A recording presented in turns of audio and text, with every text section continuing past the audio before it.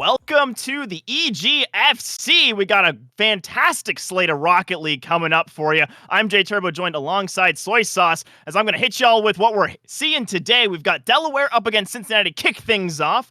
Then Auburn versus UConn. That's going to be another great matchup. USC versus UTK. And to round things off, a couple of former CRL Titans in UTA and Rochester Institute of Technology. Long list as we're going to get that out of the way and just focus on our first matchup, Delaware, Cincinnati. Yeah, a lot of important games, but this one, a massive one, for that Eastern Conference. Delaware versus Cincinnati, and it should be a fun one. Both of these teams playing very well as of late. Delaware comes in at 4-2 with a very high goal differential, one of the top of the league, plus 36 right now. But Cincinnati, they are riding the high of a massive win last weekend against UTA. Yeah, and that matchup against UTA, they took the Mavericks to town in a few of those games. It certainly was not the same reigning champs that we were seeing starting off this season, and it is the players you see on screen. Frick, Barry, and D-Hacks for Cincinnati, and then on the other side, Stellar, Scooter, and Odds for the Blue Hens. And to me, what makes this matchup so interesting is that it feels like both teams kind of work in a similar format. Stellar and D-Hacks are the two kind of spotlight players that can be the difference maker on offense and on defense. But these teams are at their best when the depth of the lineup steps back up, when Barry and Frick are making the plays. That's what got them the edge in that UTA match. Barry and Frick were the two goal scorers in that game 5, and Scooter and Odds are playmakers in their own right. So that's what I'm looking for to see in this matchup. Not only which kind of star player gets activated first, but who steps up as that second man in to be the difference maker. Yeah, and that difference maker is something I definitely want to watch, because the trouble with having that lead playmaker, that one mechanical player who can just destroy your opposing defense, is you've got good defenders on the other side. You can't just rely on that lead player to spear it forward. So it is those rebounds. It's, are you that half second tighter on the response when you're getting into these tight situations, when you've got games settled by just a couple seconds, by one goal here, one goal there, as we're getting into game 1 right on the pitch. Blue, Cincinnati in the orange, and we are underway for this best of 5 series. D-Hacks is going to get an early block here, but for the side of Delaware, Stellar already getting going offensively, trying to attack that backboard. Won't be able to get too much. Odds with a chip shot on. Frick will make the first save, and it is Delaware applying pressure early through the first 20 seconds, maybe 30, but this could be a Bearcats push the other way. Barry gets a good 50, kicked off the wall once more. Scooter with a defensive whiff. That's going to be dangerous for a moment. Odds with a decent clear. Yeah, now there's going to be the unfortunate inability to continue that play forward, picked up by Stellar. And this is the kind of boomer ball that you see with a lot of teams that just want to feel each other out. Again, these squads, I don't believe, have faced each other this season. So you know you're facing a tough opponent. You got to give them that respect. So both teams trying to see what passing outlets we're going to see on the wings, if we're going to see much contesting in the midfield. Of Stellar already popping one over, easily saved by Frick. But as you mentioned, these early attacks have definitely been favoring the Blue Hens. Higher quality of chances. Cincinnati struggling to get out of their own half at the moment. Stellar leaves it for Odds. D-Hacks up to jump for that one. Demo on the backside here, and that's going to lead to the opening goal of the series, and it's guess who? Stellar getting on the board. So well done. You can already see D-Hacks has to run up for this. Barry's in a pretty awkward spot, and that demo just seals the deal. There's no one on the back line. Not a great contest angle up front for the Bearcats, and we knew that this was going to be tough, and Delaware, with all of their pressure, nets them a goal early on. I honestly wasn't expecting to see that first goal for probably 2-3 minutes, but instead, action to start, and the Bearcats strike back. Oh boy, Frick here gets a little bit of a beneficial bounce, but it's a great pass from Barry down to him just outside the box, and then the redirect kicks it up high back behind the last defender there. So Delaware, they gift one back, but Cincinnati, they tie the game up at 1 apiece. Yeah, and that was absolutely massive, I think, for the mentals of the Bearcats not to go down early. Now, almost off the kickoff, Delaware looking good as Stellar will be able to slow this one down. And now we see all of the Bearcats nearby. Barry able to get that. I think it was going just wide of the post, but still, you don't know if there's going to be a blue hen ready to strike, and Odds snatches it off the top of their opponent.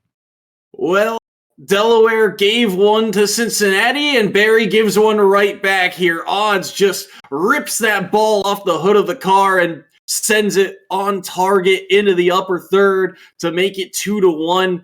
Just taking too long to make a decision there. Hard to really control that ball as well off the corner when you're coming down from the wall back down to the ground. Reading that bounce can be a little tricky sometimes, and that play just taking a little too long to develop, and Delaware not allowing them the space right now. Scooter is going to have a chance here, you'd think, but Frick gets back, gets a demo, still Odds chip pass across, Stellar shot just high, gets another demo, and this is interesting to see because the Blue Hens aren't necessarily the most physical of teams, but they are finding a lot of demolitions, and that's a huge factor here in the opening of this series. Yeah, haven't put them on my note sheet as one of those really physical teams. That was a nice option from Frick. I like that idea, just trying to get above the defense, punish some of those overly defensive backboard attempts. But yeah, we're not used to seeing a ton of physicality out of the Blue Hens, and this time they're just poking holes in the Bearcat defense, not allowing them to string much together. As Barry looks for an attempt, it's just pinged to the side, and that's a big booming clear. Shouldn't see too much off the back of it. As Odds just in time, it actually gets dunked back, and Barry responds. Gotta give credit to D-Hacks though, because this clears everything, and Odds is back to receive it, but it's just so fast that it becomes really difficult to catch, and he bobbles it, and that's where Barry is already streaking down the field, and that's the classic Cincinnati offense that we haven't seen in a minute, that big booming clear and immediately kind of like dump and chase hockey, where you just immediately are racing after it, looking for any misstep, and Barry in the right place finds it and ties the game at 2 apiece.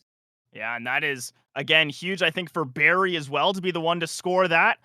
Fact is, your one mistake, accidentally teeing it up for your opponents, doesn't wind up being that difference maker in the game, as now Frick trying to take it the other way after a risky attempt. Odds, that's a dangerous bounce up, and it will go back to safety with Stellar escorting this on the sides, but that was another scary moment for, I think, the Blue Hens defense. As Scooter, good dunk over. There's a shot, and it's still floating in front of the net, and Stellar knocks it down.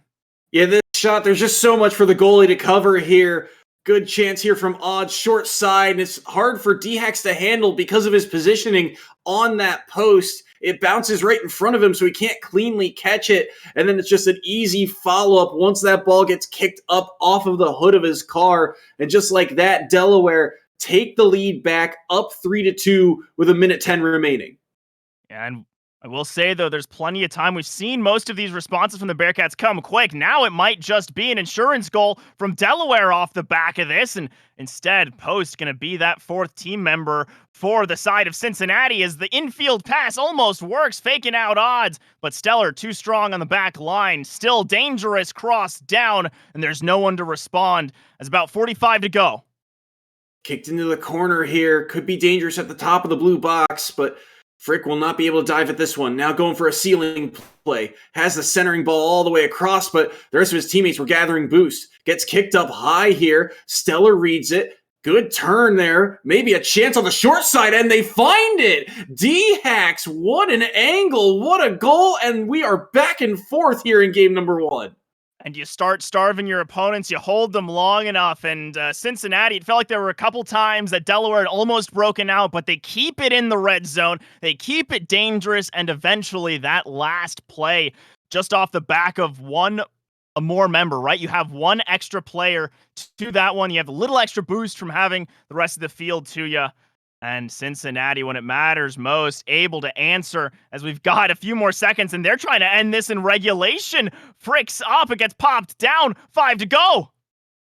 A chance here for Stellar. Does he have his flip reach? Yes, he does. No double tap, but the follow-up shot is good. From the top of the box, it's Scooter to score. And with 2 seconds remaining, Delaware takes the lead. Oh, what patience, what awareness from Stellar. Doesn't need to go for the shot, saves the flip for the pass. and this is all but over unless we see a miracle with 2 seconds to go. Teams racing forward. This one's grounded and doesn't even reach the wall. Hard-fought win in game 1 for Delaware. Close game though, back and forth. It is interesting to see the kind of styles between these two. You can see Delaware is finding opportunities through the physical play, but on the other side, Cincinnati, it feels like their offense is just cutting rotation a little bit faster and getting to the ball, and that's where they are finding their scoring opportunities. But when all is said and done, Delaware racked up the shots. 12-4 is what we're seeing on the scoreboard, and I think part of that was just the early offense that Delaware was able to put up. It took UC a minute to really get acclimated to that pace of play, but this has all the makings of a long series. Yeah, I think so. The fact we were that close, it was one play at 2 seconds left, a practical buzzer beater to seal the deal after Cincinnati had such a strong march back the other way. I mean, this is going to be a ton of momentum. I think if Delaware able to pick up this game too, maybe it gets a little scarier, but I know the Bearcats are not going to be satisfied with being denied so few shots, and I think they're going to have a few more tools to try and disrupt a lot of this control we've seen by Delaware in the midfield. Also seen a handful of just kind of miscues defensively. So I feel like both teams, this was kind of the warm-up game. So we'll see who tightens up as this series goes on. I'm really curious again about how Cincinnati's offensive style will blend with Delaware's defense because of the way that the Bearcats, traditionally have stretched the field. Delaware, with a couple of those giveaways, gave them opportunities. And with the quick cuts in rotation, if Delaware isn't able to tighten up this defense, that's Cincinnati's window back into the game. But here, Delaware almost finds a goal in transition. Odds leaves it for Stellar, but Barry gets the block and can't follow up off the back of it. Now a chip here by Frick. He gets over top of Scooter, and that's a clear that Cincinnati very much needed.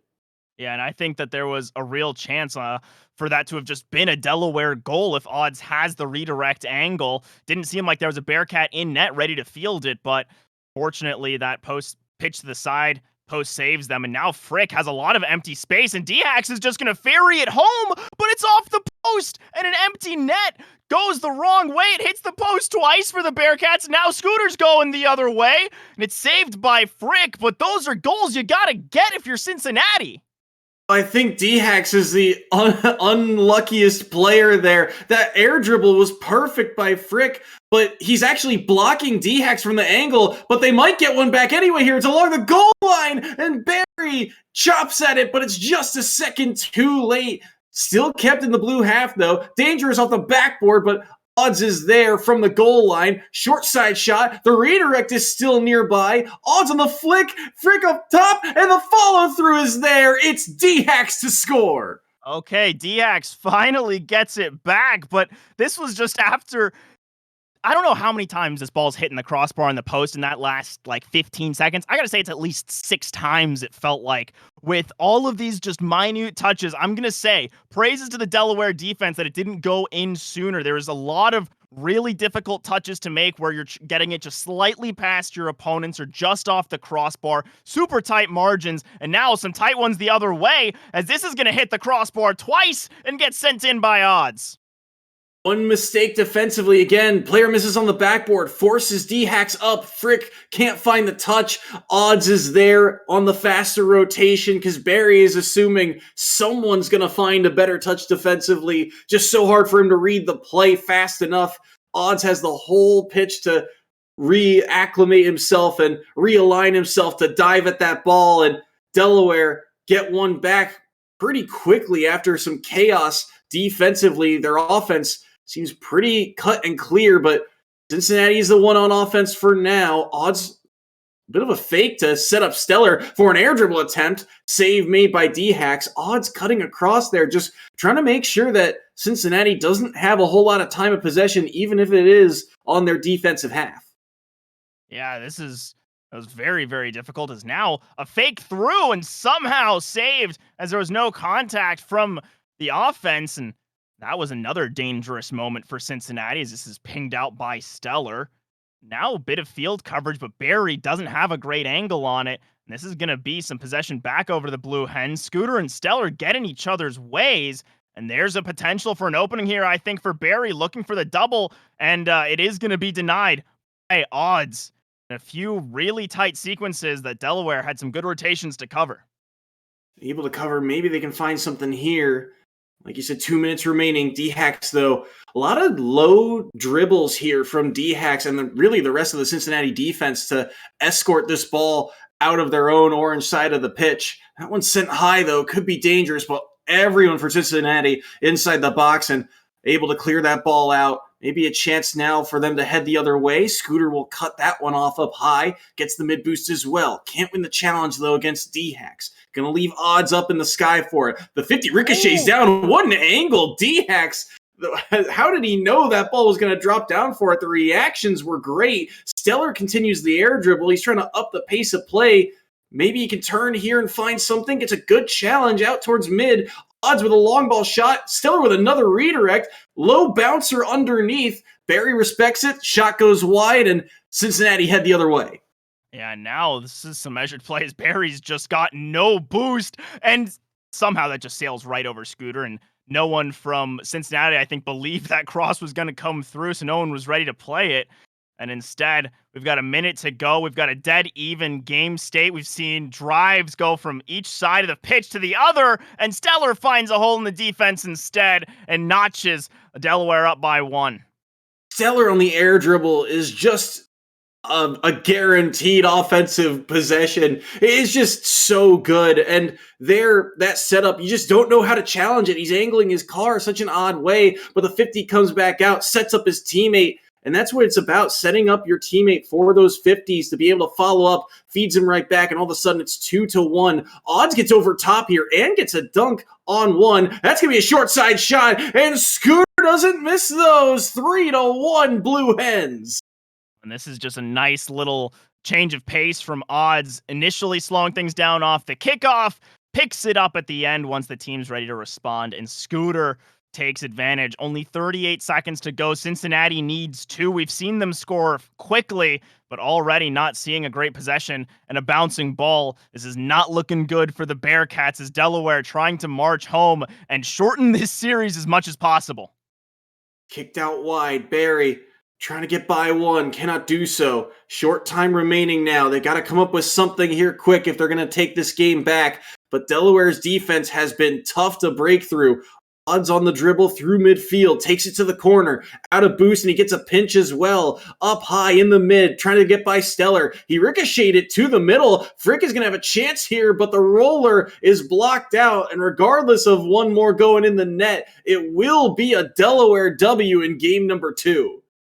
And this is where you start to get worried for the Bearcats as there's so much momentum now just swinging straight for the Blue Hens. That game was so tight. It felt like Cincinnati had some stronger opportunities. It felt like a much more balanced game. And instead, at the tail end, it just all falls apart off of that one break open goal from Stellar. And then the second, just quickly off the kickoff. It seems that Cincinnati was trying to do a little extra to make up for it and instead just put themselves deeper in the hole. And now you're facing down having to reverse sweep this Blue Hens team. Yeah, trying to pull off a comeback against either of these teams has proven very difficult. So getting that early advantage, that early lead is a key, I think, for squads. But I'm also interested in terms of the way I talk about it a lot. How do you transition from defense to offense? And Cincinnati has really 2 key plays that they do. They either are A, just launching it down the field and then chasing after it, or B, they are keeping it on the nose of their car, running it through the midfield. Whereas Delaware, it feels like they are somehow finding these pockets of space in the midfield, just either catching a rotation that's too deep from Cincinnati, or just catching one player on a bad 50 that's just too far upfield. Either way, since Delaware is getting possession really in the midfield, right by that mid boost, to be able to get some of these high quality offensive chances. And the fact that they're able to transition and find those opportunities, find space in the midfield to get the offense going, is really beneficial to them. Yeah, it's really, I think, been a big difference maker is their ability to find these pockets. And part of that, I think, is speaking to Cincinnati, how they do like to chase the ball and how that can mean if you have slightly too firm of a touch that goes the wrong way. And this time a little too soft, as Odds is going to take advantage of a light pinger on the goal line. And this is just a sequence again where the defense of Cincinnati not quite ready. They think they have a little bit more time or are ready for the 50 to come in while the ball is on the hood of their car. But the second they do, all of a sudden the Blue Hens are there just a second faster to the play. They get a better 50. The reaction defensively is there, but it's just not enough for a team that, like Delaware has right now. They have a little bit more space to work with on offense. They can react better to the kind of panicked touch of the Cincinnati defense, and they're able to get that opening goal because of it. And now, as we're about 45 seconds into the match, Cincinnati once again trailing. They have to find a way to get some sustained offensive pressure, but Stellar having none of it with that air dribble through the corner. Yeah, and then even steals the boost on top of it. So that means Stellar's going to have plenty for this attack. Frick able to get the other corner as that's a nice clear away. And this should turn into a little bit of Cincinnati pressure. A good bump attempted. Seems like D-Hacks realizing there's going to have to be some changes in their play style for Cincinnati to make some more opportunities and getting some physicality, destroying your opponent's rotations. That's a way to start, is this one just off the post. And that could have been a great go-ahead goal to get Cincinnati back into this one. Instead, it's going to be Delaware holding on to this lead, and D-Hacks trying to get the double. It pops down, and Stellar ferries it away. Part of that one that goes off the post right before D-Hack's shot is that two players are right there, and this should be a potential goal. No, Stellar can't reach there in time. Cincinnati just barely getting back in time for it. Centering ball, but only Stellar is there. But you got to feel like Cincinnati, they have to capitalize on those opportunities. Those bounces off the post can be difficult to read, but they had two guys in the right spot, and neither one can come up with the touch they need. Maybe Frick can come up with something on this air dribble, though. Doesn't get that second touch, and it will be rolled outside to safety. Stellar's 50 also goes in the favor of the Blue Hens, but he can't quite get back to it. Cut off at midfield once more. Frick with no touch here. Flipped by Scooter. Pinched by D-Hacks, and Odds reads it using all his boost. No touch along the wall either. A fake there as well, and Stellar will tap in an empty net. Oh, and this has just been mental games onto Cincinnati, and just a few missed touches as well. We're not to see, and that's what, 2 or 3 misses right in a row from Cincinnati, and Stellar's going to collect that every single time. But even before it, felt like Cincinnati just a little still reeling from that missed opportunity before, and now again, just low on boost off the kickoff, struggling to get a decent possession started. And now Stellar already with the pressure. I think that was off the post anyway, and a nice pinch out. But still, look at this. Odds is going to be there first. Delaware have plenty of boosts and are playing on the wings, and it's taken, a full tank just to get this to midfield. One of the Bearcats has to go back already. This is going to be an attempt forward, and that was a good-looking hole attempted for Barry, instead saved by Stellar. Now Frick looks for the Doomsy, and there's no dish to be served this time around, and that double commit won't be punished as Scooter's up first. Huge chance whiffed upon there. Odds tries to send one on. Barry with the block. Now an air dribble from Frick once more. Tries to use the ceiling to his advantage. Got a good 50 off the back of it, but Stellar made sure it was outside. Pass in front for D-Hacks, and Stellar gets up to block it. Demo on the backside here. Frick to keep this one in. Gets the mid boost. 2-on-2. Third man rotating back, though. Another block short side. Stellar's defensive positioning. I don't feel like he's left this corner of the blue box, really, and he continues to find block after block. Yeah, he's just been staying in rotation, and for this time, it's meant staying inside that corner.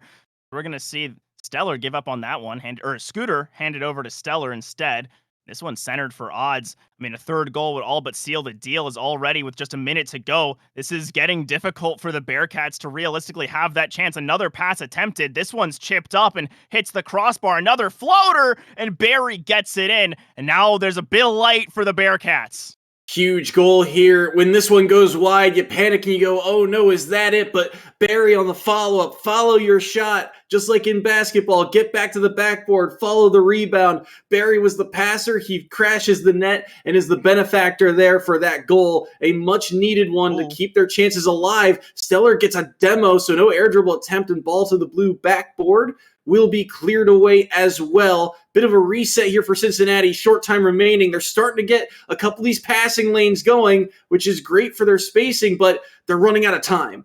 Yeah, they're trying to take advantage of Delaware just falling behind the play on that kickoff. A really huge stop on that back line. If we don't see Odds get that big clear, that could have been a UC goal already, and we'd be looking at another kickoff at this point as Frick going to center. Barry's there for the angle. Instead, it's just off the post again, and constantly Cincinnati trying to play these edges and constantly getting shut down. Ricochet out wide. Odds. Oh, that's an odd kick out. A chance to shoot up high towards the backboard. Bates one jump from a defender. Maybe a chance here, Frick, to punch it back. Cincinnati, this is going to be their last possession, but they've got to traverse the whole field. Kicked up high for Frick, but he loses the race to the ball. D-Hacks can't react, but it's barely cut underneath. Maybe a chance here. Can't get it to the floor. Cut up by Barry once more. Can he get back to it? D-Hacks punched forward. Centering ball for Barry. Frick is up as well. Underneath, off the post and out. Ricocheted back towards the blue corner. Centering ball, but it is too low. And Delaware will get a 3-0 sweep over the Bearcat. I wanted to see the Bearcats get their one back, take us to OT off of the Rule 0. And instead, it's a sweep for the Blue Hens. Much deserved, but I will say this series didn't feel like a sweep. Game 2 especially, it was 1-1 for 4 straight minutes and then just blown open in the last 30 seconds. I mean, that was just a statement moment for Delaware that they were able to just ramp up that pace and then keep it going. But still, this last game, very, very close the whole way through. Game 1 had us on the edge of our seats. And I mean, for Delaware, I think that this is a big win for them. And I think for Cincinnati, this is a moment where you've got to tighten a couple things up because there were a few mistakes that gave those goals away. Yeah, there were just a handful of mistakes that really cost Cincinnati. But I mean, for both teams, this was, again, a massive game. This was a rematch of the Season 2 Eastern Championship, and Delaware was able to take that one as well. But you can tell Cincinnati, they are so close to being consistent about beating some of these upper echelon teams, but that's how close it is. Just one mistake here or there can cost you a game. And this is one of those ones where it feels like if this were a best of 7, maybe Cincinnati start to turn things around in the latter half of this series. But in a best of 5, Delaware, they just started off cleaner, were a little bit faster off the go, off of the starting gun, and were able to take advantage of those, minute mistakes the Bearcats were making. But it's a sign of a championship caliber team, right? Delaware, although they've taken 2 losses, they feel like they are right there at the cream of the crop of the EGFC. Yeah, I think so. And I think this is also just a great tone setter of how a matchup that we're expecting to be really good can just have that slight edge go one way 3 straight times and might be a good setup for the rest of this day, because I think it's the same sort of deal. If we see a team go up 2-0, could easily be a sweep. If we see it go 1-1, going all the way. As we're going to be cutting to a quick break before looking to try and hear in from the side of Delaware. But if not, we'll still have Auburn versus UConn afterwards. So you're not going to want to miss any more of the action here at the EGFC.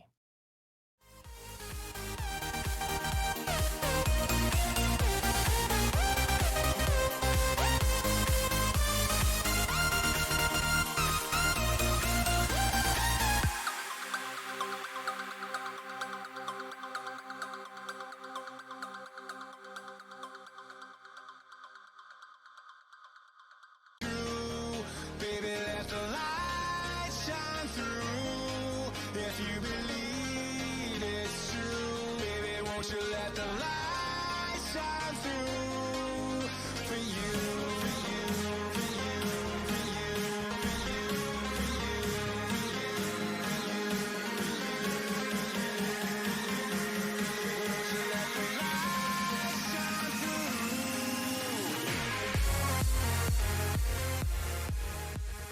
Welcome back to EGFC Rocket League as we've got another fantastic matchup on the lineup, Auburn versus UConn. Yeah, this one's going to be a lot of fun. The Tigers going head to head with the Huskies. Two teams at 3-3 looking to get themselves ahead of the pack here, but it is going to be a tough battle for both squads. Both teams sitting, not only just at even in record, but you look at their game differential, score differential, they're both kind of hovering around even. Auburn's one of the few teams with actually a negative point differential that's sitting above or at 500 or better. Whereas UConn, they're coming off of a big win last week against USC, extending their goal differential to +8.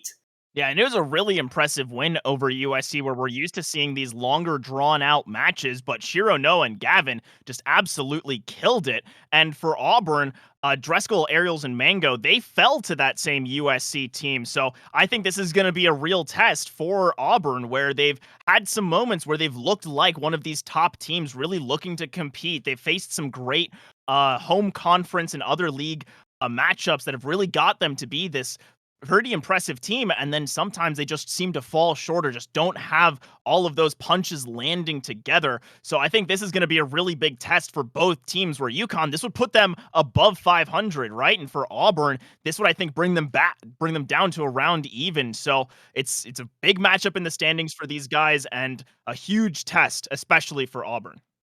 Auburn, this is that test your metal part, right? Where, like you said, they've shown that they can punch with some of these higher up teams, but can they get it done consistently week to week? And that's what we'll see here, because we've seen that UConn are a consistent team with this lineup as we are underway. UConn in the orange, Auburn in the blue. We'll see who can strike first here. Looks like it's going to be UConn on this air dribble over top of one defender, and the follow-up goes off the crossbar, but Mango with a huge block early. Yeah, that was a huge touch from Mango, and the fact that it was such a powerful pinch out gives a little time for the UConn to get some boost and try to reset this position. Of course, Ariel's having to sit forward. That's a nice beat from Dreskel to, again, just sort of reset this position, keep the Huskies ahead. As now this is dangerous. Fortunate for the side of UConn, they didn't have a ton of boost on the other side, but now going the other way, decent chance. But Dreskel looking for an infield pass here. Mango's up early, and Mango's one of the playmakers. We talked and highlighted about in that previous series about Stellar and D-Hacks, and I feel like Mango is that guy for Auburn, but Noah setting up Gavin here for the opener. The feedback and Gavin's pass. Look at this give and go, the dish across, and Noah to tuck it in the far post. Beautiful passing play from the Huskies. Yeah, that was beautiful. And it's about being aware of your teammates, having that option available to you, and it's what makes this UConn team so dangerous is their willingness to sometimes stay in there and scrap if they think they've got a chance at a pass. And now Dreskel going to try and collect this one. Shiro's just a little faster as these Huskies are quick. Now there's another chance over. Does get sent away. Mango looking for the run or just the rotate back. This is going to be sent back once again by the Huskies, keeping this pressure forward and keeping this in the blue half.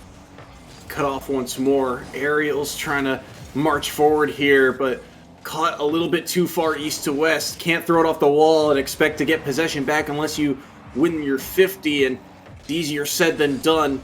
A bit of a tie-up in the corner here is going to leave a chance for a short side shot, and Noah will nail it. Back post on everybody, and UConn goes up 2-0.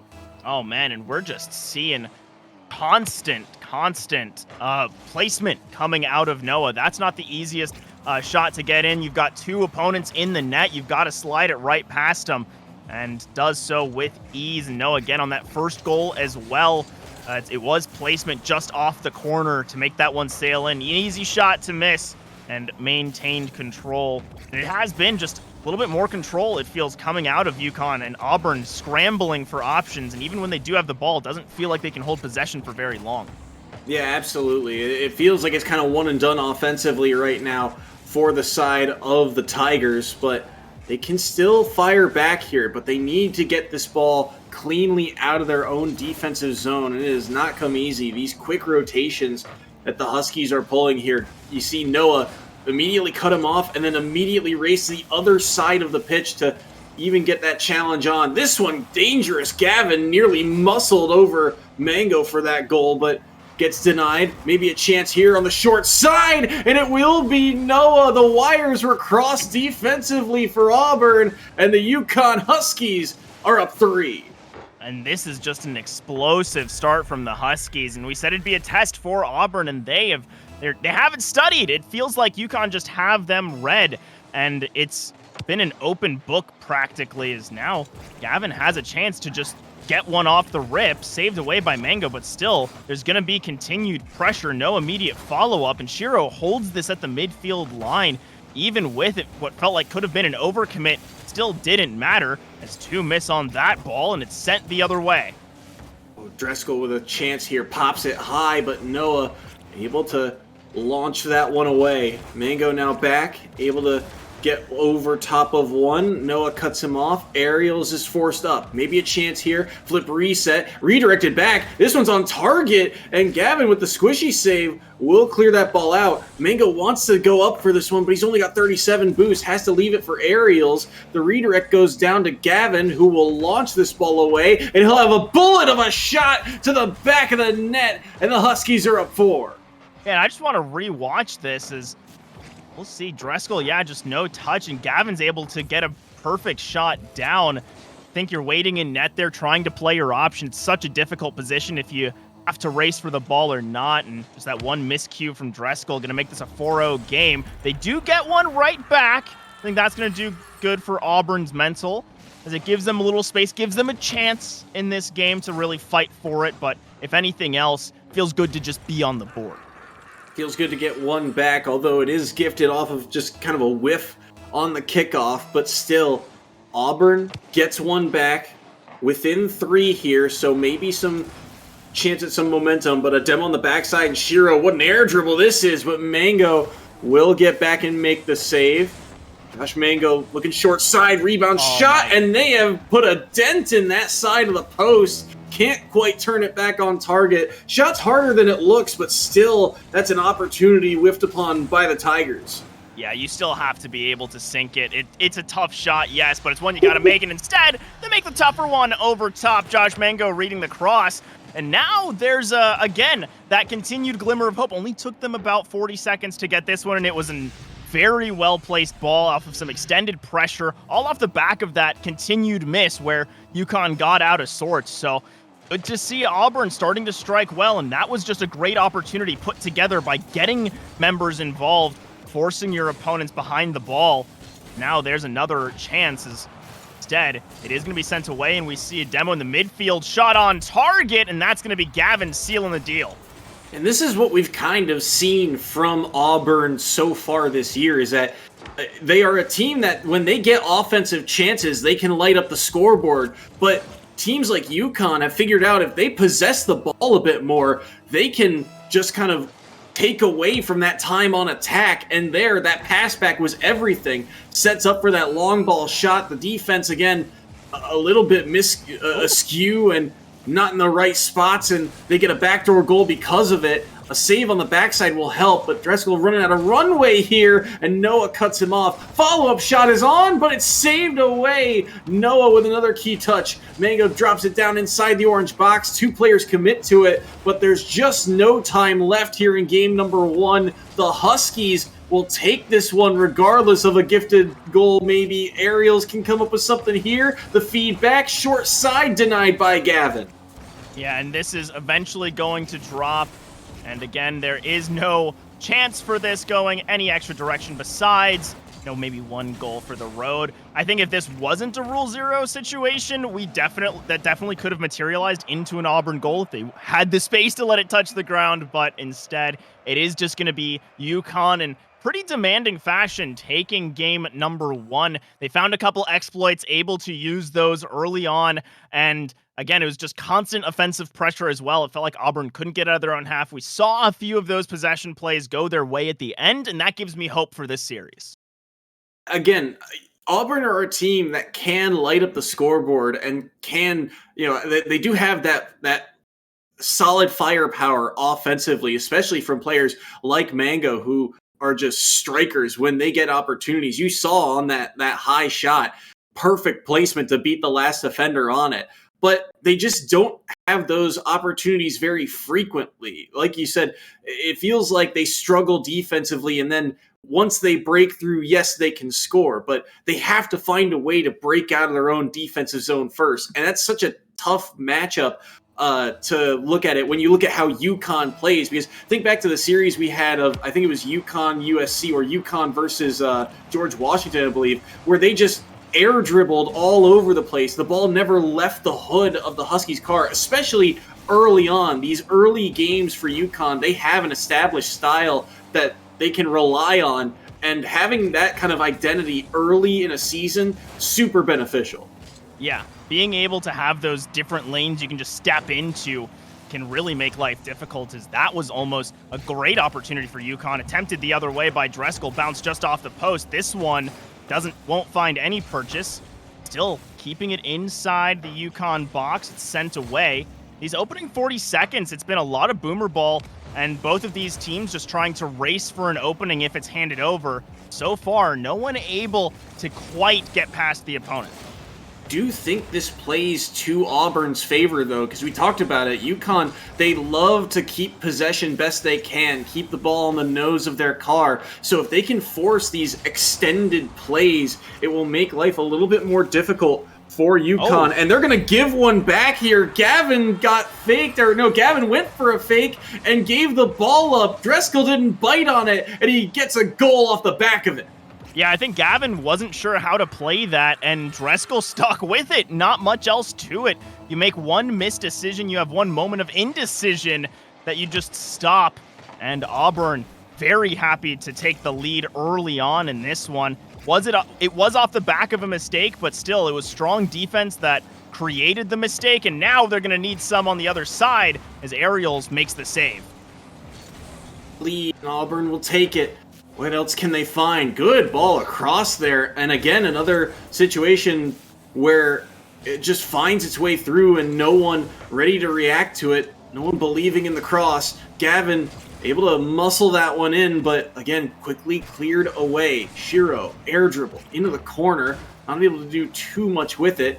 Mango will get the mid boost. Driscoll, though, on a fast break. Looking for the backboard. Gavin to redirect it to safety. Over the corner, over two. Ariels the shot, and he beats the last defender. That's a 2-0 lead for the Tigers. Oh, and just look at the power on this one. 126 kilometers, and you can see there's the attempt back from Noah, but you're never going to reach it. Just an absolute stinger finding its way to the back of the net. And this is a revitalized Auburn. These Tigers have their claws out.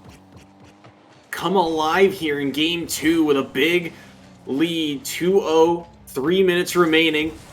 Can they find more is the question. They've got the ball in the right half of the pitch to do so. Feeds up high. Ariel sends it short side. It's redirected. Mango to keep it dangerous towards the backboard, but two players are there. Driscoll rotates in. Goes for an aerial launch here. Looks for Ariels. Feeds short side across, but Gavin the only one there to really make a play on it. Mango, that 50 looks dangerous for a moment, but will kick down. Maybe a shot short side. It's Shiro, denied by Josh Mango. Kicks up high as well. Maybe a chance for Ariels to get a redirect. Does so, but feels like UConn's starting to adapt a little bit more, but this fast-paced play, again, benefiting the Tigers here. Yeah, they're just succeeding when they're able to get these extended plays, and they're not trying to have these awkward positions where it's just these little taps, these small openings where your momentum can't help cover you. And it's been once we see these streakers, once we have a lot of field coverage coming through, that the Tigers feel most at home as Shiro can't find the angle. And now it's the Huskies marching back onto offense. Good beat by Noah. He's just going to slow things down, try to get the 1v1, hand it off to Gavin. No flick, no problem for Auburn. And while this is still going to sit around the midfield line, it's going off to safety. Minute 30 remaining here in game two. And Auburn's defense certainly a bit more sturdy here, but that one could be dangerous down in front. Another fake here. Kicked to the corner. Noah gets a demo, but it will be cleared away. Driscoll with another key touch defensively. Josh Mango will kick it out to the opposite side, but only Shiro is there. Air dribble attempt, he's cut off by Aerials, but they win the race to the next ball. It's Noah cutting through and getting one for UConn. Yeah, I want to watch this one back. Shiro just with a very nice leave, and then Driscoll wasn't expecting to have to get up that quick. Doesn't have the best takeoff, and that hands one back. So the doors opened up for UConn. Auburn was able to hold this 2-0 scoreline for so long, but now this is when you've got to worry about the Huskies' ability to sometimes just step up, as Noah already looking for the ceiling shot, making it dangerous. Instead, it's sent to the other side, and Gavin forced to just pitch this one out. Launched out, Driscoll to drop it back in. Maybe a chance there from Aerials, but he kicked it out too far to his right.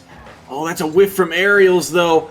All alone is the last man. Driscoll, I think with that flip, you can tell he's not got a lot of boost left here. Does get a 50 into the corner. Drop back pass. Short side shot. Double tap attempted, but Mango gets the block. 30 seconds now remaining. Aerials, no boost in the tank. Has to play for the 50. Leaves Gavin up for an air dribble. Pops it, looking for Noah. On the feed. Still dangerous and up high. Shiro on the follow-up. Coming through on the backside. Shiro just barely kicking his nose on it. Noah to look for the backboard. Gavin is there with the shot, and they'll score! Tie game with 12 seconds remaining. Oh man, and just a few seconds to go, and UConn ties it up. It's these points of extended pressure where Auburn isn't allowed to get these powerful clears, where they're not able to extend the field. We saw a few moments right around the 40-second mark where it seemed like there might have been a chance for them to get out onto the field, but there just wasn't enough consistency of boost, and that was almost a kickoff goal. That would have been a heartbreak for the Tigers to fight so long, to lead for almost the entire game, and then just give it up. They're going for one more attempt. That redirect sent straight over to Noah.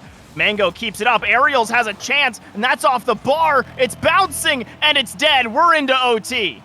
Oh, that got dangerous for both teams. Driscoll with not the easiest of saves off that kickoff opportunity. And then the other way, Mango with such a key read. But Noah from the ceilings looking to try and end it early. Gavin nearly biting on that 50, and if he did, he might have had Aerials beat. But instead, it kicks up the wall at midfield. Driscoll's up high, kicks it off of the corner part of the ceiling to get it into the orange half. Aerials to redirect it. Mango is there, but he's last back. Has to win this challenge. Two players diving at it. Driscoll kicks it to the ramps up high now. Through the corner goes Mango, but he's still stuck in the defensive end. Aerials trying to pinch it out. Won't be able to do so. Just too many Huskies lingering at midfield, but a whiff will come through and a much-needed clear for the Tigers. Yeah, and they're finally able to get some boost. Just every time we were changing Tiger POVs, it was 12 boost, 0 boost, 18 boost. Constantly just scrambling for pads.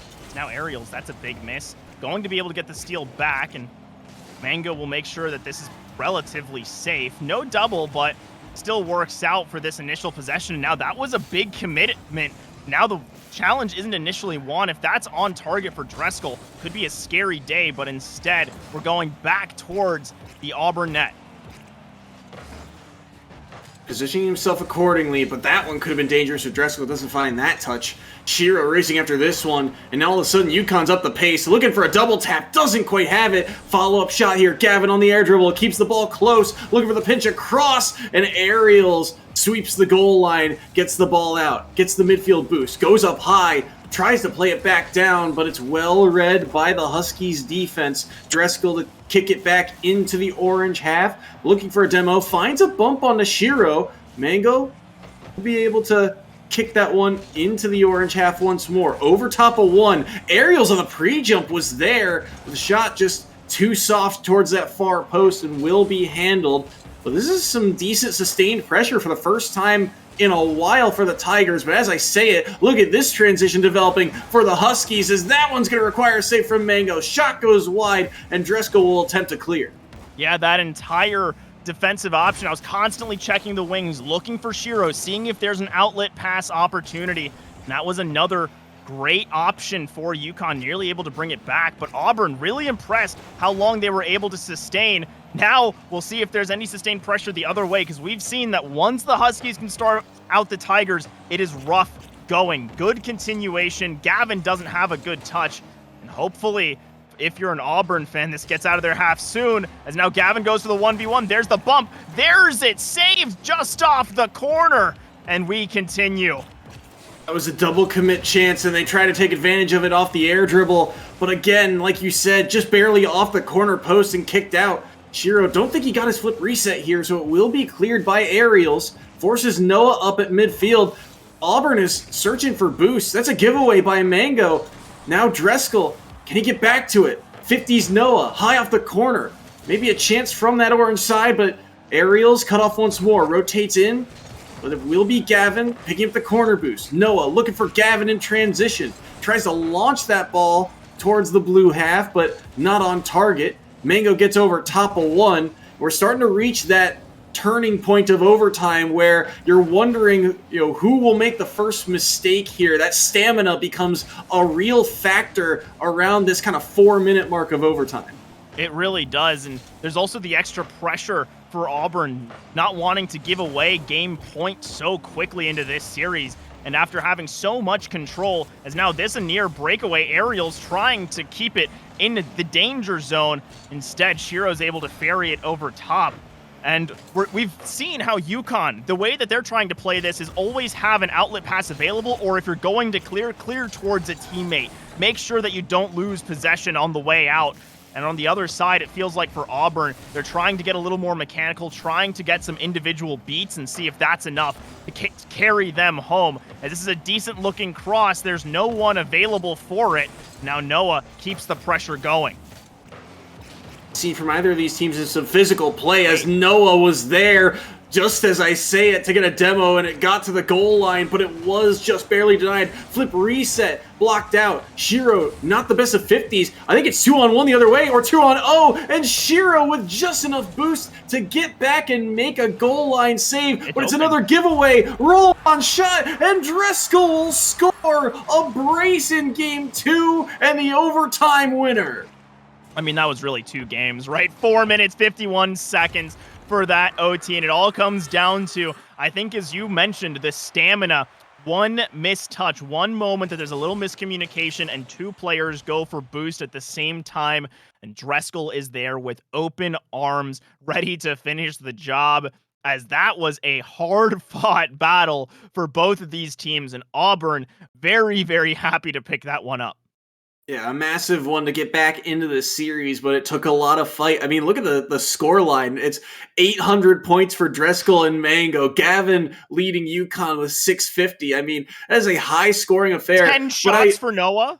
I really have to commend, Noah piling on all of the shots, but also just Dreskel with 7, Aerials with 6. Mango was shut down offensively. He was the backline with 9 saves that game, but I think Dreskel, again, he is the X factor, I think, of this Auburn team. He has to be the player to make those key touches, to get over top of the last defender, to either set up a goal or feed his teammates. He has been the difference maker, I think, for a lot of the Auburn offense. And with him getting reactivated here in this game, in this series, he had the opener for Auburn in game number 1, but off a kickoff goal, it's kind of a whatever type of moment. The fact that he's now getting involved offensively, that's a massive factor. Absolutely huge. And I mean, I'm sure that both of these teams are probably a little tired after that last game. And now we'll have to see if maybe that's a factor going into the early portions of this game, being able to reset to a fresh game state and getting out of that adrenaline-packed overtime mentality, as already we're seeing saves on both nets. Both teams feel up to the task and looking pretty sharp, as Gavin with a nice set of 1v1v1s and takes down the whole team. Gavin popped up Dreskel here, takes him out of the play, gets the dribble on Aerials, and flicks past Josh Mango, single-handedly crossed up the entirety of Auburn in that sequence. Put that one on the highlight reel. That was fantastic. And UConn with a massive early goal to get this lead, and now, while it's still early in this game and only a 1-goal lead, a play like that really instills some confidence in this UConn squad. Yeah, that's a ton of confidence, and now Ariel's almost able to answer back. Good save from Gavin, just keeping that tight, as now we're going to see a demo on the other side try and make a little bit of space. Two Fenix flying past each other, and this is going to go the way of Auburn for a few moments. Another save on the line is Shiro with a good clear. Dreskel staying dangerous. There's no one immediately back, but there's no one to immediately take the shot. And we're once again bouncing on an awkward ball as Noah gets the conversion. Think had the double tap, but there's a few too many Tigers up on that one. Shiro here doesn't quite get the jump off the wall he was looking for. Gavin now on the flip reset. Not enough time. Mango cuts it off. Shiro jumping at the pass here, but too late to the play. Mango tries to go short side with it, and I think if he could kick that one mid, that was likely a goal. It was 2-on-0, but just ran out of time. The runway was too short, and that's another chance gone by for Auburn, and one that they'll likely want back if this series goes awry. That's another giveaway, though. Oh. Sneaks under. A chance here for Mango, and the demo on the backside was perfect. Auburn tie the game. Oh, and you can see Gavin just looking for first the wave dash, and then you're on awkward footing to try and read your opponent. Great response on the other side, and then, of course, just the space made off of that left the door open for Auburn.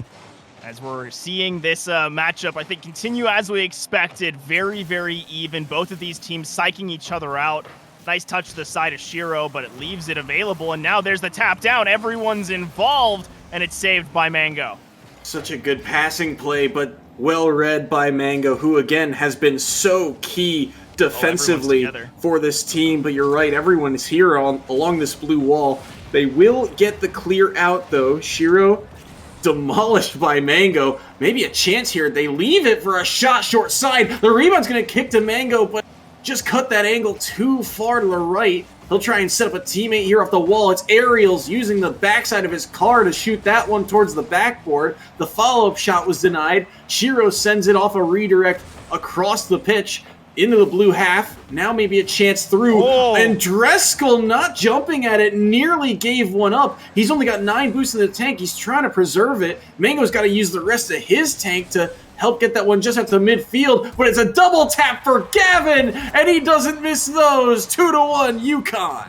Oh, and this is what happens when the entire team is just struggling. Everyone feels like they have to go for the ball, and no one has enough boost at any point. And fantastic mechanics display from Gavin there. And it's good to see a bit of a reminder that while you don't see a lot of double taps, it's not because these players can't pull them off. It's because the defense is almost always ahead of them. And so being able to show you have that prowess, always a good reminder of the arsenal available, is now Mango just takes a shot. And that's one point that I do wonder if it's cost Auburn in a few of these spots, is if Mango getting a little too overzealous wanting to go for the shot instead of trying to beat the player. You feel that pressure, though, if you're Mango, because like I've said, he's one of the leading scorers on this team. You got to get him involved offensively some way, somehow. When he's constantly being pushed back, I mean, remember, in their one game just a moment ago, he had 9 saves. He has to be the backline. So for him to be kind of mitigated to that role means that you need Dreskel and Aerials to step up. But that one's going to ricochet off the blue crossbar. It was short time remaining here. UConn are trying to put this game on ice. Noah short side is denied. Looking for a bump in front. High off the backboard. Short on rotation, but Mango kicks it to the wall and gets a huge 50. Is that on target? It's curling back. Noah is able to read the play and get it to safety. I think that might have just curled its way in. It was very, very close as Noah forces another save out of Dreskel. Well, finally, there's a little bit of boost in the Tiger tanks. This is staying on their side of the pitch. There hasn't been any clean escape. That's going to be a big boom down. Step up for Dreskel, and there's no one able to receive that touch. 12 seconds to go. The Aerials forced to make another save. The clock is counting down. Auburn trying to find a way out, and instead, Gavin going to slow this ball down, remove it from play, and force the Tigers to keep it off the ground, and they can't. No boost, and UConn take it to 2-1. UConn move on to match point, but a very solid showing again from the Huskies. It felt like, again, it feels like a quality versus quantity type of storyline where the Tigers have chances to shoot, but the chances are, think of Mango's opportunity at the near post. He has to make that play really quickly. And whether or not he has the shot or not, there is a player there, but you have to make that decision very fast. And it's just a hard type of angle to make. So that quality of chance is lower grade than what UConn are getting, which are these beautiful double taps off of whiffs off the backboard, just barely out spacing this Tigers defensive rotation. It feels like that's the difference right now between these two offenses. Yeah, it does feel like that, where there's that extra reach of trying to break out of your own half and make the play, as opposed to just the structure and the continuation we've seen out of UConn, but also just the ability to turn on the fancy feet. That was, again, a huge step up for that opening goal of last game. Now that's a missed touch on the other side from Auburn. Gavin almost able to just muscle it past two. Instead, the ping up isn't quite on target, but Shiro's rebound is, and UConn strike quick. Huge one there. Both players biting on that challenge along the goal line, and Shiro is able to rotate all the way around and put a shot towards target. But Ariels, once again, boost starved. He was there along the goal line trying to make a save and used his boost to get back there. Could not jump and reorient his car over to that short side angle. And look at this double tap from Noah. Nearly finds the post. Gavin now on the double tap. Had the flip reset, but Shiro's got the cleanup duty. Make it 2-0. An early brace for Shiro. Oh, and UConn just keep looking for these double taps, and instead it just takes a little muscle at the end of it. Shiro able to shove it on through. And just like the same thing as the last goal, cleanup crew on the goal line. And this is a huge hole for Auburn to be down this early on. And now already Noah just trying to tail it in. And this pace change, it's the opposite of what we saw last game, where it felt like Auburn were really stepping up. And now UConn are just getting shot after shot, and Auburn looking like they don't have any answers. They have found the gaps in the rotation, not in terms of where the ball should be, but in terms of getting to the corner boost and just controlling it. You can tell Auburn are positioning themselves in such a way that shows you they really don't have much left in the tank. They've only got maybe 24 or 12 to try and go up for some of these passes, and it's really difficult because with that minimal boost, as Gavin's gonna muscle this one in. Oh my mercy, what an air dribble here. Off the wall, extra touch, and no chance for Dreskel. Oh, and Dreskel's just trying to get the cleanest touch, have your teammate be able to pitch it out, and Gavin reads it all the way home. Got the assigned reading, gonna open that book up and just take it home for another goal, as this is a really difficult position for Auburn to be staring down. If that had a little more oomph on it, might have found its way in. And as well, unfortunate that Ariels couldn't be the one to finish it either. It's now Mango trying to get over top and will finally bring one back for the Tigers. Mango with such a key read there. He was about to rotate back defensively, but he turns back, realizes he can win the challenge, and then Noah just completely caught off guard, not realizing that Mango was going to be able to land on that ball. And out of desperation, Mango jumps. It's his only play to get over top of Noah, but he executes it perfectly. And just like that, the Tigers have life. Yeah, and it just took a few moments, and it's that star player you mentioned, the playmaker in Mango, been very, very quiet so far this series. And now that's a big confidence booster, as it was all individual, as a great save coming in from Dreskel and Mango, one after the other. But the pressure does not stop. Gavin's here's got one more. I think was going for three and is eventually shut down. As Ariel sends this back, doesn't get the extension. And that's going to be UConn continuing their control. We're approaching the halfway mark, and this one's going to be scary, but Mango handles it well along the backboard.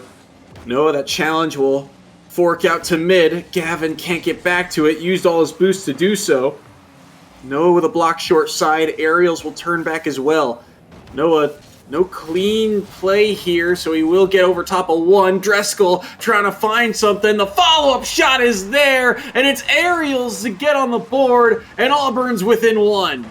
Oh, and that's keeping this one close. Great pass off the backboard make it fast enough that you can't read if it's going to be a shot or not. And you see the shot defended, but the backboard missed. And Auburn bring it within one. And you can feel the momentum shift back towards the Tigers, it feels, as now Mango's got a chance, shut down by Gavin, but it's still going to be Tigers there first. Dreskel on the draw, and it's going to be sent to the side instead. But another missed touch, another awkward clear, and Auburn is keeping this one very, very difficult for the UConn defense. They've drawn a line at midfield, and now they finally have boost in their tanks to find some of these touches. And some of these catches by UConn have not been as clean as they would like. Dreskel's looking for a double tap. Does he have it? He made contact, but the defender underneath was able to read it. That one was surely a goal, you'd have to think. That one's going to be popped up and dangerous, but it is Dreskel who's there. Aerials cannot find contact here, so Gavin will pop that ball up at the midfield. Causes Mango to race in and win the 50. Aerials doesn't have much left, so he'll center it inside the box, force a catch out of Gavin. Two players here for Auburn. Shot towards the blue backboard. Follow-up chance short side, and slots it home under the crossbar to extend UConn's lead. And I think this is Auburn getting a little desperate. Aerials early on cut rotation, and it seemed like that is when the play started to fall apart for Auburn. And then eventually everyone's low, everyone's trying to get in front of the ball, and Noah finds the opening. And 2 goals down again now for Auburn, as they had so much looking so good. And now there's a waterfall chance, and it was just a little high off the bounce. Now Dreskel does have the reset, but plenty of time for the defense to get there. Aerials with another attempt, and it's just getting stopped one after the other. Pinch to clear it away. If you're Auburn, one of these next pushes has to go in soon, you'd have to think. As that's no touch from Aerials. Mango now goes up. Dreskel is there to redirect this one off the corner, but it goes mid, and Shiro will be able to clear it away. Doesn't get the corner boost, though, or the mid boost. Dreskel now, centering ball. Player is there. Bounce shot on. Gavin with a huge save there. 2 members there, but it's Gavin comes up with the clean touch. Now through the blue corner. Fake comes through, but Mango will be there. Drop down pass. Looks for Dreskel. Cut off by Noah. And it feels like the Tigers are out of time in this series. Ball in the blue half. Noah in front. Noah will score, and UConn go up 5-2. And UConn really making their mark, putting themselves to a positive record score, winning this series confidently. And I mean, their one loss being such a drawn-out affair. It felt like for so long they just had this slight edge on to Auburn and were able to find these holes when it mattered the most. And here at the very end, nearly get a kickoff goal with 0 on the clock to finish things off. But what a performance from UConn, who after some early season troubles are looking incredibly strong. Yeah, they started off the season slow, but they have really ramped things up, and it shows, how close this league really is. Because again, Auburn showed some good stuff in this game, but it was just too late. Auburn, we talk about them as a team that can punch with the higher-ups. They handed UTA their first loss of the season, but ever since that game, they just have not been able to string together that consistency. You can tell this team's got a high-flying offense, but UConn, the defense, when it needed to, it's not a big highlight of this team, but when called upon, when in the spotlight, Gavin and Noah making key saves, and Shiro, the decision-making, he is such a smart player, and he has orchestrated this offense beautifully. Yeah, the decision-making has been fantastic from Shiro. And now we're going to look to see if we can hear from the UConn bench. But don't go anywhere, because even after that, we've got UTK up against USC, which should be another fantastic matchup as well. So we'll be back after a quick break.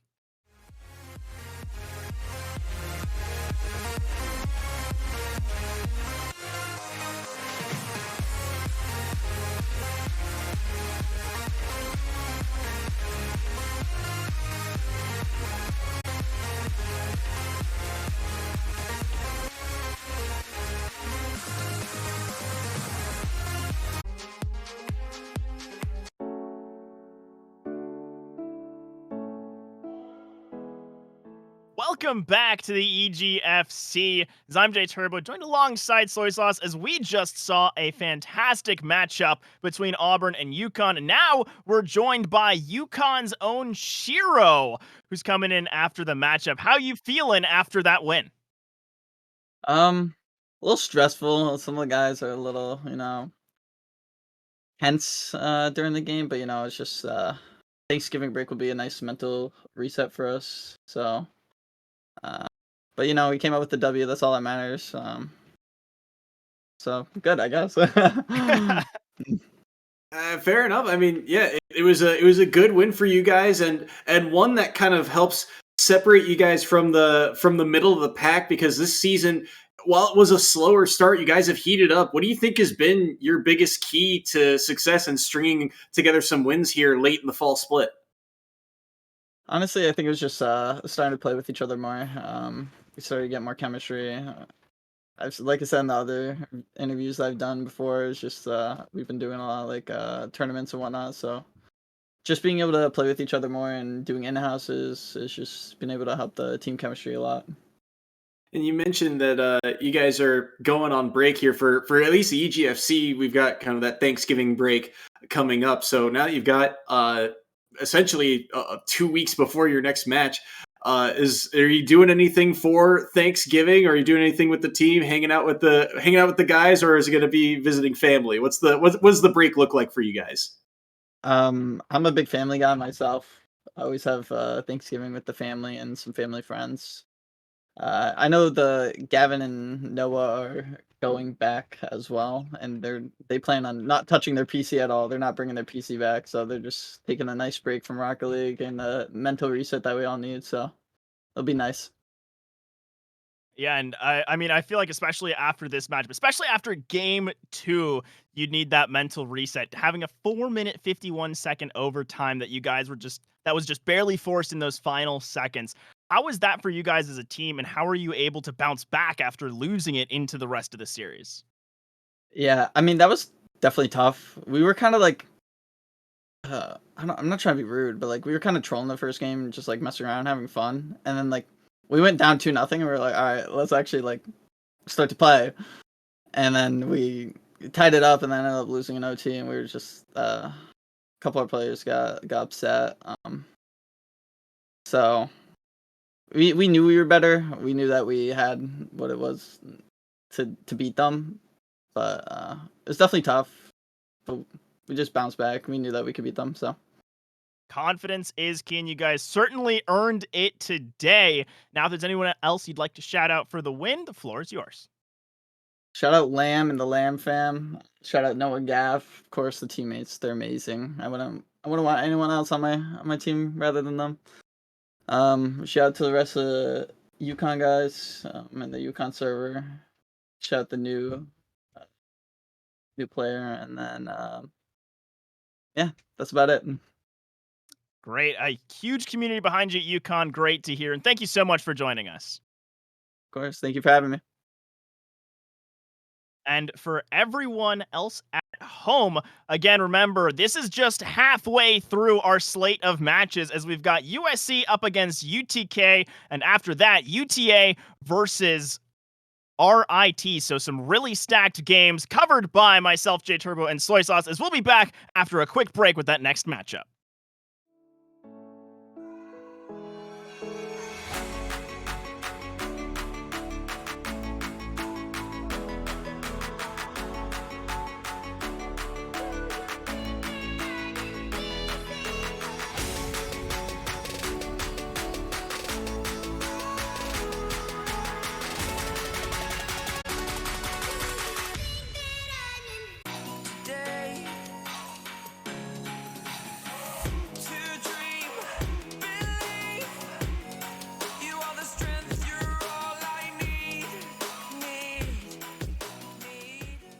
Welcome back to the EGFC Rocket League as we're continuing our stacked day as we've got University of Southern California facing off against University of Tennessee Knoxville. And I think this is a similar story to what we saw with Auburn and UConn, where USC, they've shown that they can hang, and UTK struggled at the start but are now surging.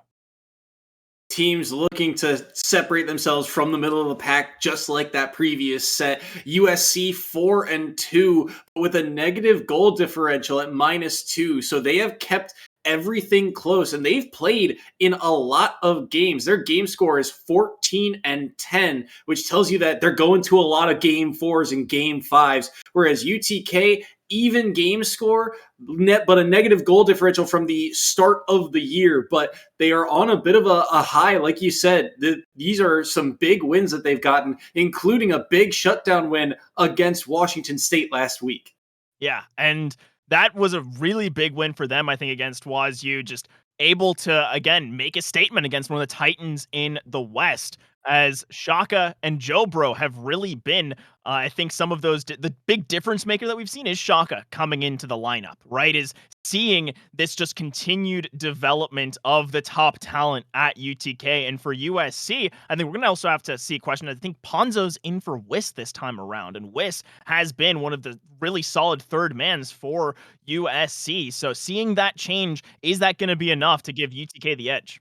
Yeah, VTR and Vista are kind of the two staple names that have really gotten involved in terms of the playmaking, in terms of getting assists on the board. But Wiss at times has been that key striker. Vista, in particular, last week when USC lost, Vista was the guy who got that game-tying goal in 0 time. So Ponzo stepping in is going to be a key factor here. How does he slot into the lineup? This was a story last year for USC, was that when the A squad was in, they looked great, but they didn't always have that clean-cut rotation of the solid 3 every week. So having that substitute in here, we'll see how they perform against a high-flying Tennessee squad that's ramping up as this split has gone on. Yeah, as we've taken to the pitch, and already Hermes trying to contest this as VTR sending this over, leaving for Vista. And a bit of pressure for the Trojans in these opening few seconds. VTR with another center, and then there's going to be a ping down as we're kept in the midfield. Shaka trying to continue, still holding on to that Kachow tag, as we saw all three rocking the Lightning McQueens last week. But this time around in their standard Octanes and Fenix. See, remember, they also beat Washington State not too long ago, although that was a series that was honestly a more awkward one. It was riddled with mistakes, but it did go to Game 5, and it saw USC coming out on top. And so both teams having played some similar opponents and both pulling up with a W. The difference was UTK's win looked a lot more solid, although I will say in that series, hold on, Hermes might have the opener here, and he does. Look at the short side shot here towards the post. Vista can't clear this ball out. Jobro sets up Hermes, and the angle here was beautiful. Yeah, and you can see Ponzo just in the corner, wasn't expecting that kind of ricochet, realizes the shot's incoming, and there's just not a great angle to try and approach it. Good shot from Hermes to recognize that weak defender, and now putting USC on the back foot early on. But we know this is a team that certainly ramps up as series continues. Yeah, there's been a lot of, really for both teams, you can kind of tell there's a decent amount of adaptivity to their game plan, some flexibility in terms of style. UTK, a little bit more of a physical team is what we've seen from them, but they don't need it right now. They are just outpacing this defensive backline, and Jobro will find another short side goal. Oh, and this is fantastic from Shaka. Just stings it right past the defense, and there's no one back. Ponzo was the last one, but I think USC a little overextended on their offensive attempt, and UTK here to punish, showing that they are here to play. This is a team at full force, and they'll come at you with blistering speed as Hermes nearly getting the carry all the way. Really have to commend Hermes for the season they've had. Remember, he spent really 2 seasons with a different lineup, and that chemistry that builds up over 2 years of play is hard to kind of shift off of, but he has slotted in extremely well with Shaka and Jobro, who are the newer faces of this team. Jobro getting the starts late last year towards the playoffs, but didn't get to see all that much time. It was Mikey and Trimmy that Hermes was frequently playing with, but Hermes has adapted well, and he is now one of the key playmakers in this offensive rotation. But right now, as we're approaching that halfway marker, is USC starting to find ways to get this ball onto the orange side of the pitch, but the defense of UTK able to clear things out. That was scary for a second. There was no one immediately able to respond, but USC just give it away. Really light touch, and now Shaka didn't have the reset. Otherwise, that would have been a bit more dangerous. Hermes still trying to stick with this, at least for the 50. Psychs out Jobro for a second. And UTK lucky that there wasn't a stronger contest or a better punishment, as that was almost just another double tap from Hermes. I think USC in that moment were either a little slow to the play or were still gathering boost on the backside as Jobro tries to redirect that one, but won't be able to do so. Shaka all the way across, but Hermes is looking to steal the corner. Cannot do it. Vista stuck along the wall here. Pops it over top of Jobro using the ramping part of that corner. Will redirect to mid. Goes high off of the opposite corner now. And it will be cleared by Ponzo, who was our player to kind of watch here. He's been a little silent through the first portion of this game, and nearly a goal on the backside because of it. Demo here, gonna leave Vista with some space. High over top, he's looking for VTR, but the cutoff from Shaka was clean. And that was a very big cutoff, as there's nearly another opportunity as Jobro almost sinks it. And this has been a better look from USC in the midfield. There hasn't been as many shots coming through, but now a little physicality. Everyone's involved, and that's a third on the board for UTK. Vista pops this one up and can't follow it. He's out of boost. He's looking for anywhere to go, but he's the only member back, and you saw Hermes there recognize that opportunity, go for the bump, find it as well, and just like that, Tennessee are up 3-0. Oh, no. Make that 4 off the kickoff. Hermes will get the brace and extend the Vols lead. Oh, and that really does just sink it. Slow off the kickoff, maybe a missed reaction time or something like that. And honestly, in the grand scheme of things, doesn't matter too much. UTK had pretty firm control over this game. It'd be very, very difficult for USC to bring back 3. I mean, if we do see that happen, it's all the more heartbreaking. But I think for USC, focus just has to be getting out of your own half, trying to get Ponzo at least a little bit involved and put something on the board, as that's going to be another ping out, easily picked up by Jobro, who I think at this point just playing time, playing pressure, and trying to get into game 2. I think he get cleared up high here. VTR is looking for the redirect, doesn't find the touch. If he found it, could have been a goal. Ponzo's up. Challenge will keep it in the orange half for now. Hermes opts to play safe and sit back. Let his teammates go forward as Jobro looked for the flip reset, could not make contact there. Ponzo tries to dive forward, but he's still searching for a bit more boost than he actually have. And Vista tries to dribble this one out. Short time remaining here in Tennessee, playing the clock well, keeping away this ball as they still look for offensive pressure. Will go back onto the orange side of the pitch, but game 1 is done over and dusted, and the Volunteers look good. Oh, and Shaka had exactly the right amount of boost to get it over the top, of course. Good save coming through at the end of it, not to allow one more at the end, but that was just such a showing from UTK. Got off to a hot start early, and again, able to take advantage of moments where we saw those just lacks of not lack of focus, but just small holes emerging in the defense where there's maybe a slightly too heavy touch that gives it away to the opposition, or just not quite able to get it over to your teammate, an interception coming through instead. I think for USC, it's just about tightening up your possession a little bit more. When you get panicked, try to have an outlet player, and if they can have that extra option available, I think that's going to give themselves some ability to create some of those offensive opportunities, because so far it's been UTK just holding them in their own half. Me a little of the series we started the day with Cincinnati and Delaware, where Delaware were just faster out of the gate. And once Tennessee took to the pitch, right, they get those 2 early goals. And when you give up 2 in the first half of play, it does kind of sting a little bit, because all of a sudden you have only half the game to try and adapt and overcome. And look at the shot differential. I mean, USC only put 1 shot on goal and could not execute upon it. So Tennessee off to another hot start here. 10 seconds in, Jobro on the dish. He's got it. The Doomsy goes in, and Tennessee pick up right where they left off. Oh, and it's just served up for Dobro here. You just have to crash the net at the end of the day. Don't get ahead of yourself. Use that 12 boost to best effect.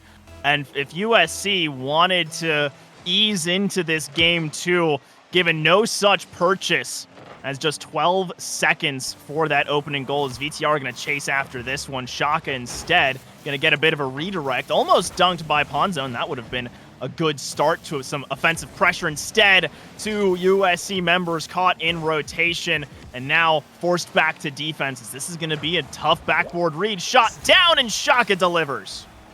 Yeah, two players get caught in this orange corner and then back in the blue corner looking for the same boost. Vista goes up and sends it off the backboard, but Ponzo on that back rotation, I think you have to go up towards the backboard just in case, but he stays low there, thinking it's going to kick out a different direction, and that puts him way out of position, allows for that free shot, and Tennessee grab another early 2-0 lead.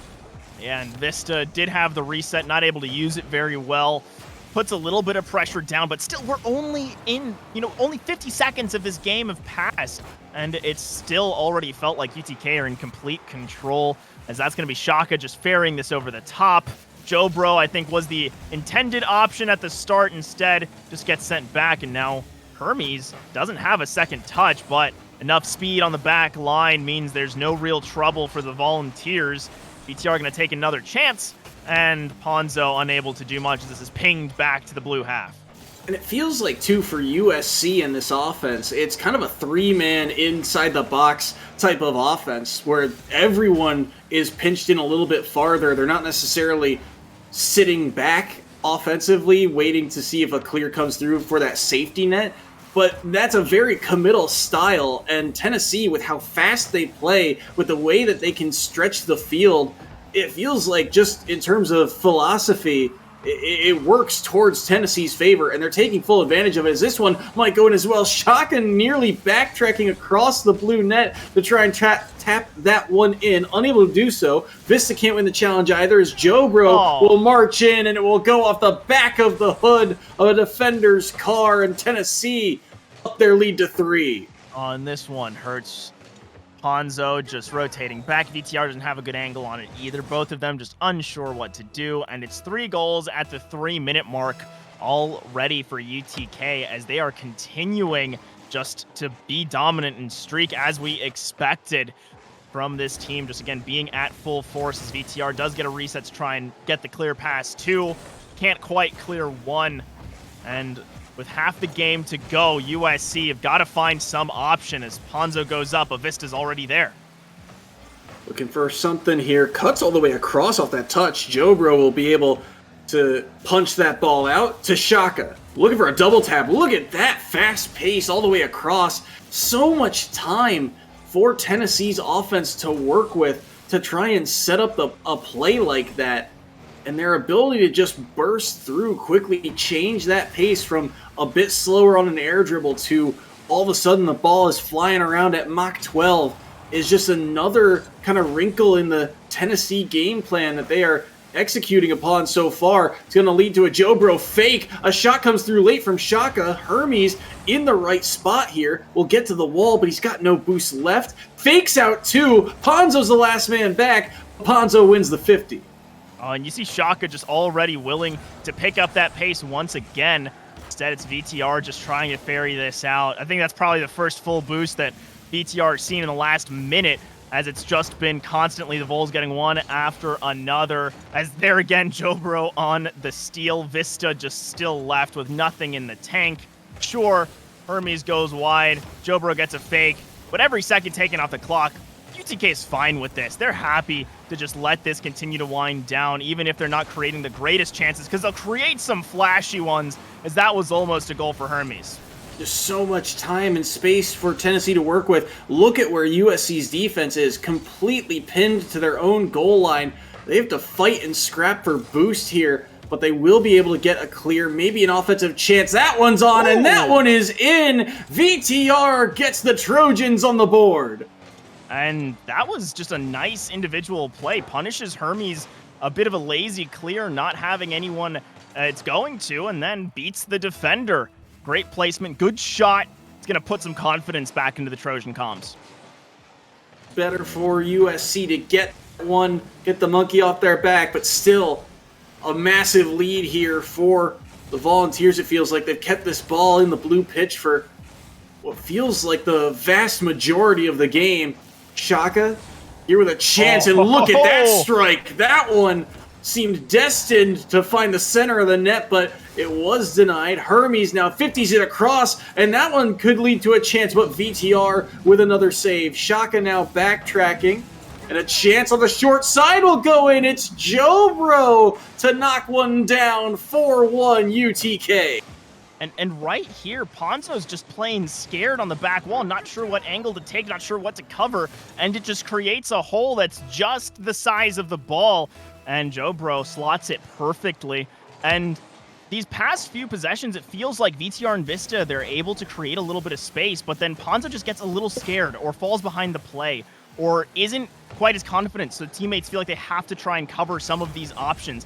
And I think Ponzo just needs to get a little bit more active, try to get in the thick of things. I like that contest, just, again, feeling out these final few seconds because you're just testing strategies for next game to try and make this long march back for the reverse sweep, as this is going to be dropped eventually in the midfield, and UTK take a commanding 2-0 lead. And UTK, this is a series that they need, not just to get themselves back in the running for the top of the standings, because they are sitting 3-3, and USC, just one game ahead of them in terms of the league standings. But also, you look at Tennessee, this slow start is really rough for them because of tiebreakers. Their game differential is sitting at even, but that goal differential is minus 22 entering this week. So if they run up the scoreboard on USC, it's beneficial for them to get back into the swing of things, and that's a tough spot for USC to be in. Again, playing with Ponzo in the lineup, you don't know how much time he's had to really acclimate himself to the pace of play, because, like you said, it just feels like he's the back line, he is the safety net, but it's again an offense for USC that is mostly been about control and having all three members be in the opposite half of the pitch to maintain that control. And if you mess with that game plan and try and change things up, it's really hard to do, especially against a team that has really started to find their identity as of late. Yeah, because it's a lot of give and go between VTR and Vista, with Wiss there to pick up the pieces, or Wiss trying to go for a bit of a solo play and then finding a demo in the back line that opens the door. That's a lot of how this USC team has really functioned and had a lot of these great moments that we've been lauding so far.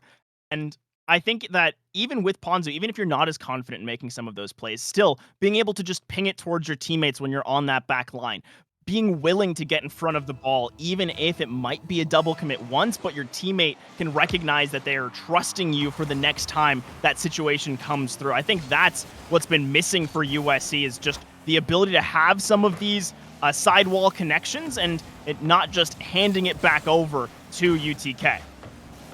Here in game number 3, we'll see if USC can make the adjustments here, get Ponzo more involved. They're up for this one to kick it back up high, but VTR can't quite get there in time, just barely out of reach. Tennessee bearing down on them now. Hermes trying to go up high off of that backboard from the corner.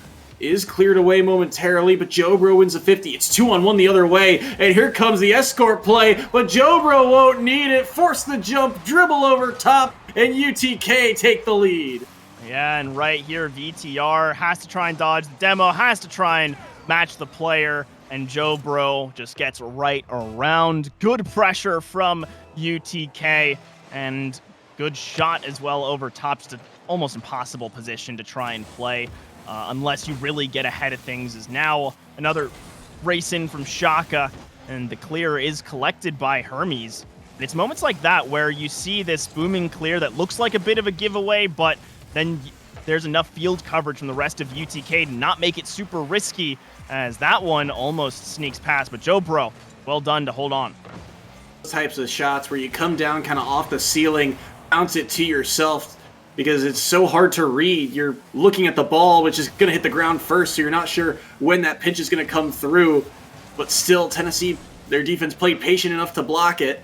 And now with about 3.5 remaining here, USC still trailing, but they've got the ball on the right side of the pitch. Maybe they can come up with something out of this corner here. Vista all the way across, centering ball. Kicks out to Hermes, though, at midfield. 2-on-2. Passing play developing. Ponzo reads it. Good block by him. Shaka to kick that one down. BTR with control. All three members here, they try and pinch this ball on target, but it is blocked easily. Now back into the orange corner. Jobro circling, looking for a pass. Can he reach this ball? Yes, he can. It's on target, and it's in! They stretch the field, and they score 2-0 UTK. Ooh, that was just great recognition from Jobro, and sees the two defenders. Neither of them can really reach it if you get just the right redirect. And just that kind of extension has also given UTK so much fantastic space. As now, Hermes already taking it up, and while it's looked a little bit better at times, is already Ponzo getting in the thick of it. I'd like to see that seen a few more aggressive options attempted from Ponzo. I think that's a good thing long-term for USC, but right now it is just UTK finding each other pass after pass, and eventually they'll get past the defense. This is another thing USC's been a little guilty of, on these clears towards the wall, sending them just a bit far out of reach, and the punish is just so damaging. And UTK, I mean, that feed was beautiful. Player inside the box able to redirect it past the last defender too. Well executed upon. This is going to be another one. No, shot is just wide, and Vista will clear it for the moment. Wins the 50 as well. Hermes turns, though, got the mid boost, and will look to air dribble this one off the wall, looking for a pass, but VTR to deny it. And I think, we were talking about Ponzo and his influence on the roster here. It feels like Ponzo is generally positionally in a decent place, but like you said, that comfort in terms of going for more and being in the right spot, it feels like that's just a matter of time to get it. And the quick fix to that, it's easier said than done, but it's to just play a second faster, as USC nearly up the pace and get a goal off the back of it, just a shot wide, and they'll have a transition goal the other way. They committed everyone to that push, and they come up empty. Shaka will score. And this is what you have to do when you're in some of these desperation positions, is you try to throw everyone into play. Ponzo, unfortunately, not able to get the contest when it was really needed to cover the way back. And with the time ticking down, it feels almost inevitable for UTK, but not without USC really trying this game to find more options. And even though the scoreline has ticked up a little faster, the game itself has felt a little bit better from USC. Still seeing some of those giveaways, but a little bit more chase down potential. Still seeing Ponzo beat at the goal line, but getting a little more aggressive, getting into things, and really trying to make their mark as the new player filling in on this roster, as that's going to be another miss wide. Hermes looking for that third double tap of this series and can't quite finish the job. Just over a minute remaining now, and like you said, it feels like Ponzo is getting a better hang of his kind of responsibility. If this is the rotation for this USC squad, if this is the lineup that that they'll have to go with if someone is, or if Wiss is not in the lineup. But it just, against a Tennessee team that is just so relentless and so quick to punish, even though they have a double commit here, they just have so much space to work with. And their execution on these air dribbles is very clean, as they nearly fake out two defenders there, but VTR, having none of it, will deny that opportunity. Vista tries to march forward here, but uses all his boost and can't win the challenge. VTR to cut it off. Another redirect goes high and wide. Ponzo no touch. VTR will kick it out to mid. Shaka right back in, and look at this feed over to Jobro, and this dynamic duo continues to strike. And UTK putting up the scores, looking for more and more options, and they've got the field space. They'll take that.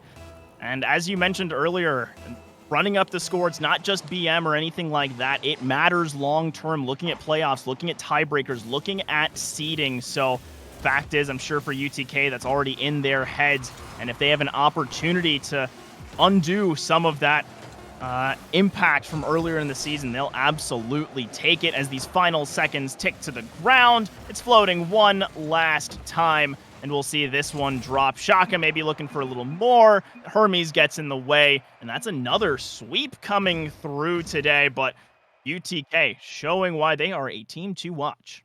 And Tennessee, since they've joined the EGFC, has always been one of these teams that you ever play one of those EA Sports games? It feels like the old school ones where there was the even strength button. It just felt like it didn't matter week to week who they were playing. It always felt like it was close, be it an upper echelon team or a team that was struggling to get out of the bottom. But now with this new lineup, it feels like they are surging. It feels like they have found that lightning in a bottle. And you can tell, I mean, USC is a solid defensive team.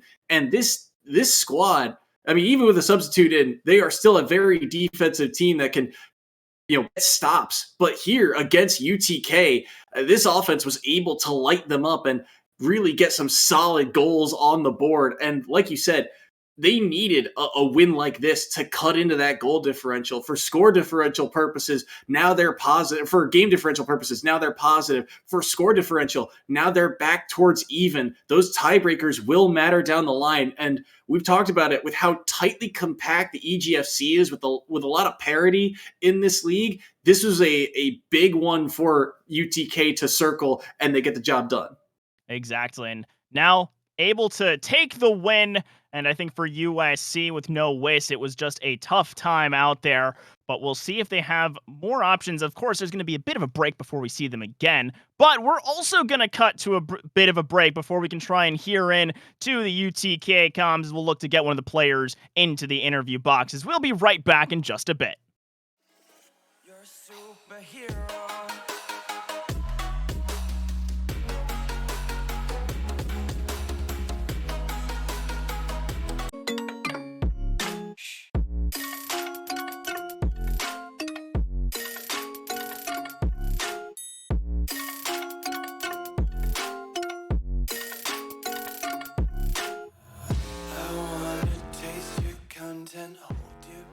Welcome back to the EGFC as we just saw a sweep coming through for UTK, and we are joined by Joe Bro, who's got the bros alongside him as the entire team is hanging out. How you guys feeling after that sweep?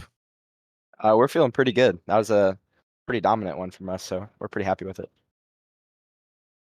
I mean, a 3-0 sweep over a team that's been on the come up out of the Western Conference and USC. I mean, what was the key for you guys entering this series? Did you guys have a game plan, or were you just kind of like, well, we're gonna do our thing? Well, it was kind of an unlucky day for them because at 7 we played King, who's ranked like 26th or 27th in colleague, and then we played Northwood Blue right before this. So we had 3 pros to play against. That was super fun. We really enjoyed ourselves. So that helps a little bit when you play those type of teams right before you go into a series like this. So yeah, that was really the key to this one, I guess. So you guys had a handful of matches today, but I guess on a day like today where you've got multiple matches to play and against a variety of teams, I guess, do you guys have a general takeaway of what you need to work on? What do you think you guys need to improve upon moving forward? I think today we definitely had some issues on defense really in our first 2 series. That's really been our big issue. We're a pretty good offensive team. We just end up making one mistake on defense that gets us scored on, and we get behind in a lot of games because of that. So if we can just clean up the like one little mistake that we make that gets us scored on early in games, I think that's what we're working on right now. That's the biggest thing for us. Having those tough matchups certainly puts it on full display and gives you that direction. But now we've got a bit of the Thanksgiving break coming up here for EGF. How are you guys going to be spending your Thanksgiving breaks as you get a little R&R? I'm actually gonna go ahead and go home tomorrow. I'm skipping class for the rest of this week and next week. I'm pretty sure. Well, Hermes is from Knoxville, so he's gonna stay here, and then I think you're going home, right? For Thanksgiving? Yeah, so he's gonna go home back to Virginia. So I'll go take a little break from the game probably and spend some time with some family. That's good to hear. Heading home, going to get that reset so you can come back rejuvenated for the end of the split and, of course, the end of this school year. But for today's wins and really just for your whole day of matches, if there's anyone you'd like to shout out, now's your chance. Shout out the guys behind me. Love these guys. Fun team to be around. Shout out our caster here for our last match. And he's also on the B team. So shout out to our other teams and to our club. And shout out mom and dad. You might be watching. But love you guys. And I think that's it. Awesome. Great to hear. And thank you so much for joining us and the entire team for joining us today. Yeah, thank you guys. And for everyone else at home, we got one more matchup on the slate. It's going to be between two of the top teams in the league, UTA versus RIT. The Mavericks up against the Tigers. You won't want to miss it, as we'll be back in a bit.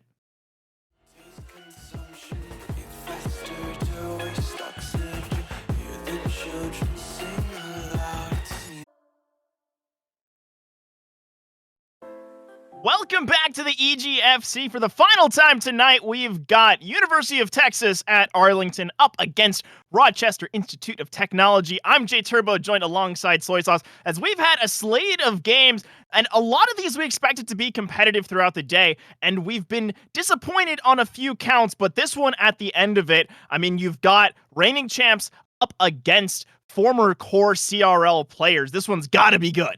Yeah, this one looks exciting. I mean, UTA, like you said, they have won this league time and time again, but this is a newer squad that has hit some struggles and road bumps recently. 4-2 this season, and RIT with this, CRL type of lineup, they feel like they have found a new high. They are 6-0 this season, the only undefeated team remaining in EGFC, and they are looking for the first time to try and take the crown.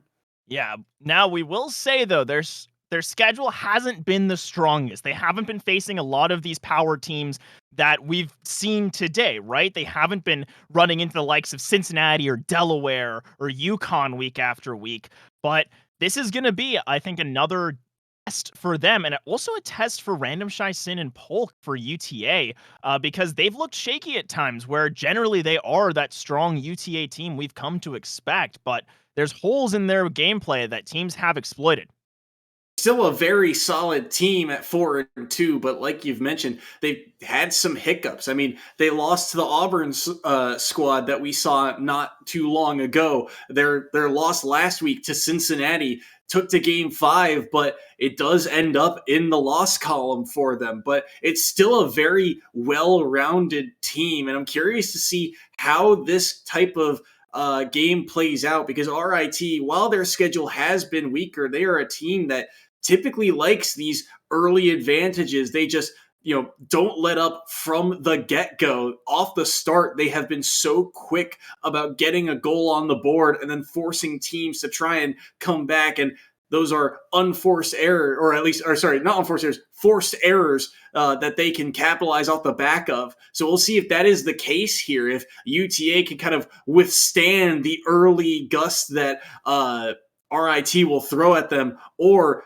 if RIT has just that strong of a start. Exactly. We're looking for speed. We're looking for RIT with Jakob Sebward and Sunblaze to speed onto the pitch. As already first possession going over to the Tigers, pinged over top. Jakob with the easy steal, but both teams looking at that boomer ball and trying to find that first hole in the opposing defense.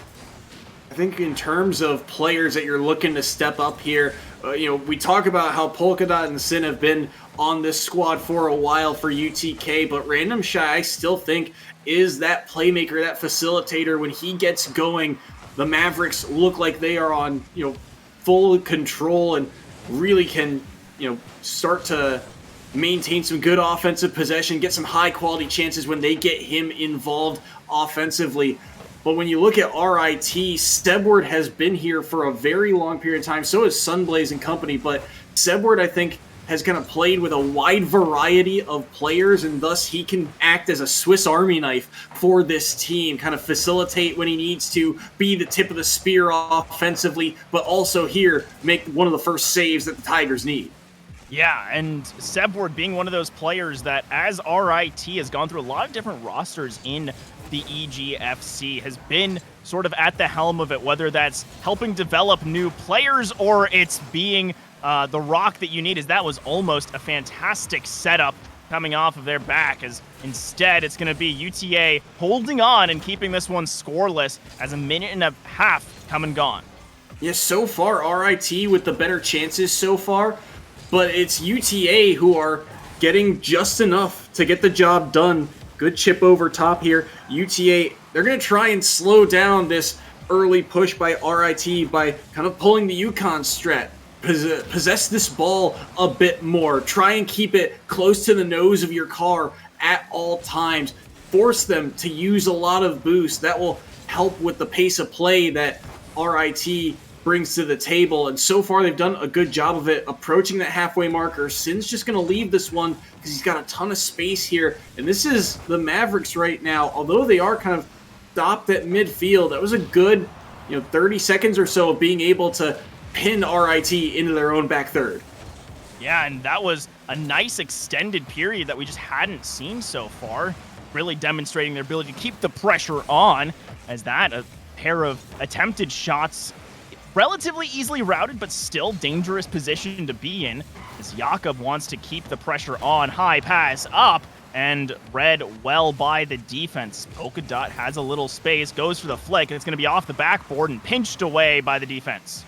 One of the biggest things about RIT in this offense has been their ability to work this ball out of the corner. They are so good at making sure that there is not a lot of time spent on the outside. They almost always find a way to get this ball going north-south, either through the corner or just outside, just pass that ball back some way, somehow. They make sure that this ball never stays in the corner for long, and UTA love to push that ball outside, make the play easier to read defensively. But this is a good infield pass, and that's going to be a huge save from Jakob.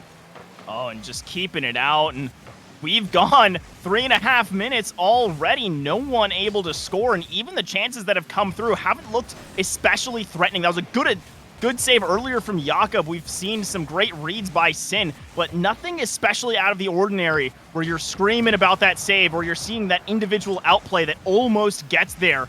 As Jakob slows it down, keeps it dangerous. Sebward has to slow down as well, might have a reset, instead just goes for the dribble, and Sin slices it off his opponent's nose, and RIT keep the pressure on, and that was almost an opportunity. Sin doesn't get it away, but it's still sent to the side. While the defenses aren't playing at a comfortable level, they are not being disrupted, and the fact that there's no kind of interference being run is a massive factor here, as positionally everyone's in the right spot. A demo should help here for RIT, but they're still unable to cleanly get this ball in and across. Jakob on that pass fed it just too far for his teammate. Sebward is back here but misses the catch, pops it up, so Sunblaze has to jump at that one and get that first block. Should be able to get back to this one, but Polka Dot wins the 50. Sebward now trying to march forward, but that ball just too far off the wall. A miss comes through, and it means that this ball will stay in the blue half, but UTA, even though there's short time, bit of a slower pace to get this one into the orange half, which means that in a situation like this, that ball is going to touch the ground off the missed dribble, and we are going to overtime.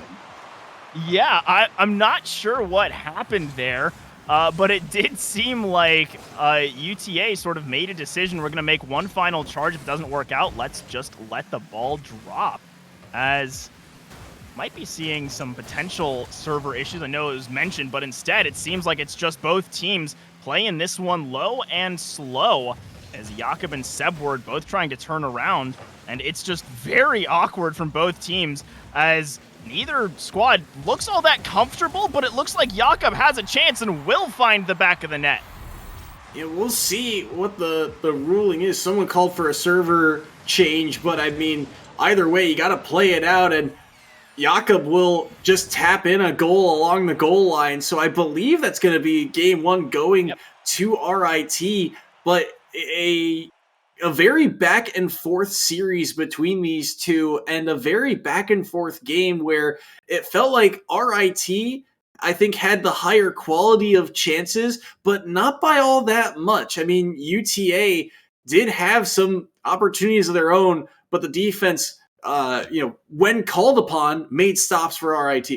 Yeah, and that was the difference, right? Is there were a few times that we'd see RIT not get the cleanest touch back or be just off rotation, and then it results in this juggling on the goal line, but they were always able to hold on, and even with some technical difficulties at the back end, it did feel like RIT was the stronger team through a lot of that game. I think you could really flip a coin, and either team could have gotten it, and we'd be at this result. I think UTA showed they have a lot of good stuff going for them, but just couldn't quite get past the defense. And even though they were having some solid air dribbles, having some decent looks at net, we weren't seeing as much high-flying impact. We weren't seeing a lot of these passes connect. So I think that the boomer balls come through in game one. Let's see if that midfield really gets fought over in game two. And that possession being another key factor, RIT able to stretch the field just a little bit more than UTA. But UTA, again, keeping the ball close to their cars so that these 50s are just a little bit easier to read. And that's what makes this defense of UTA so strong. They just simplify the game. They say, all right, everything down the outside, we'll make sure someone is near the back post so that they can potentially rotate up towards the backboard if need be. Make sure we've got our boost control on lock. Make sure everyone is set and ready to be able to make a play in that rotation. But when it comes to that offensive push, just make sure that it is on the nose and you can win the 50 or at least keep it close. That way the rotation can be tight. Someone can just quickly scoop things up. And RIT with their pace has kind of thrown a wrench in that game plan a little bit, but you can still see the windows where it works for the Mavericks. Yeah, it's about those windows. And I think they'll be able to get one here. They have to create them as well. And I mean, for last game, again, it seemed like there were some server issues, and unfortunately, you hate to see an overtime that was so hard fought for result and end like that. But for UTA, now this is their chance to really bounce back. Sunblaze, though, already starting off with possession, looking for that next step, and unable to do very much, as Sebward's going to keep this one in the blue half. And the aggression is, I think, exactly what RIT wants to have, is they get this first goal back. So even if you wanted to try and do some sudden death for last game, RIT opening it up. Huge goal here, and Random Shy just trying to clear that ball out. Gets a little bit greedy with it. He sees both players, both teammates in the corner there, and tries to feed them off of the save, and Jakob just completely denies him. And a demo off the kickoff means RIT is going to get possession here as they have the lead. And Jakob getting on the scoreboard is massive. He is the type of player that can just take over a series. When he is on fire, he has decimated some top teams, but it's not very frequently that you get to see it. A lot of teams don't like to give him a lot of space to work with, as Sebward kicks that ball out towards the opposite side of the pitch for UTA to deal with. It will ricochet off the ceiling for Sin, and Sebward will opt to rotate back through the corner and then smartly wins the 50 through to Jakob at midfield. And so far, it has been a lot of this boomer ball from both teams trying to see if they can be that just smidgen faster than their opponents. And right now, with a demo on the back line, it's looking good, but Sin doesn't have the shot. Now Polkadot trying to weave this one in. Both players go up, both players make contact, and it's still dangerous for a few seconds. The Mavs continue this push. And another missed touch coming through. Both teams struggling in this corner. Random Shine Sin trying to make this one work, and it's sent away once again.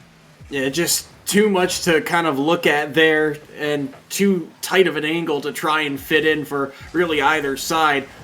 This potential pass play going to get shut down by Random Shy, but he's in quite a predicament here, and he gets enough 50s to help clear that ball out. So good positioning by him, good recognition. to help slow down that offensive push, but it's still on though. RIT kick it out to the midfield. Sunblaze can't bite on it. He's the last man back. Don't want to get backdoored. Goes upside, and now Jakob racing after it, able to kick that one off the ceiling. Won't be able to get back to it though. Sin saw the play and intercepted it. Oh, but Polkadot getting on top of it, that slows down any offensive attempts that UTA was going to have off that great interception. As this one just firmly back towards the Mavs on their own goal line. Random Shy is just out of boost. And that's another point I've started to note is RIT have been very actively trying to steal boost whenever they're on offense. And if they have an angle and they can just rush their way forward, they will take it. Sin, once again, stuck in no man's land. Random Shy beat to the punch.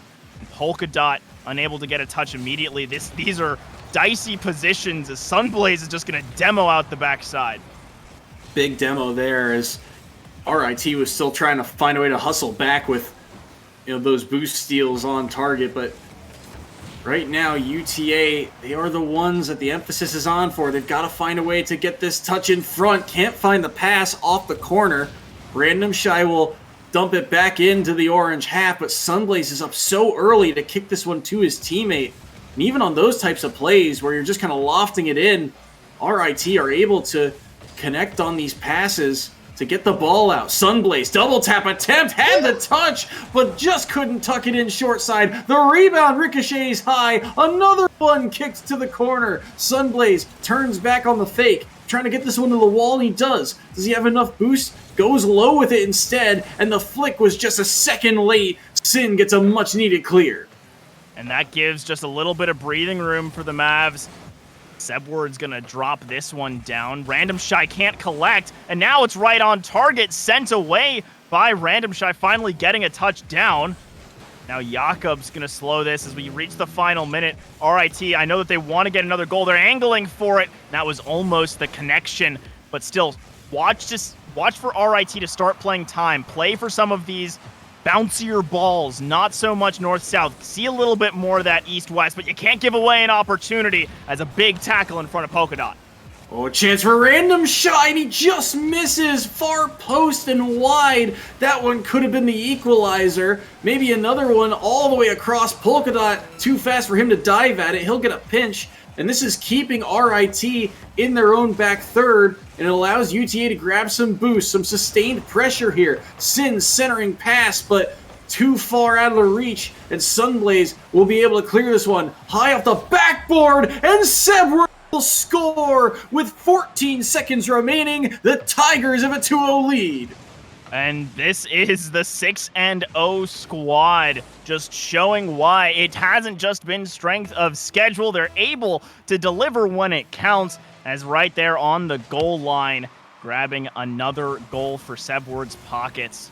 And with RIT locking in this game number 2, we were hoping for an exciting 5-game series, but so far it has just been the Tigers in control. As this one pings down, it's RIT up.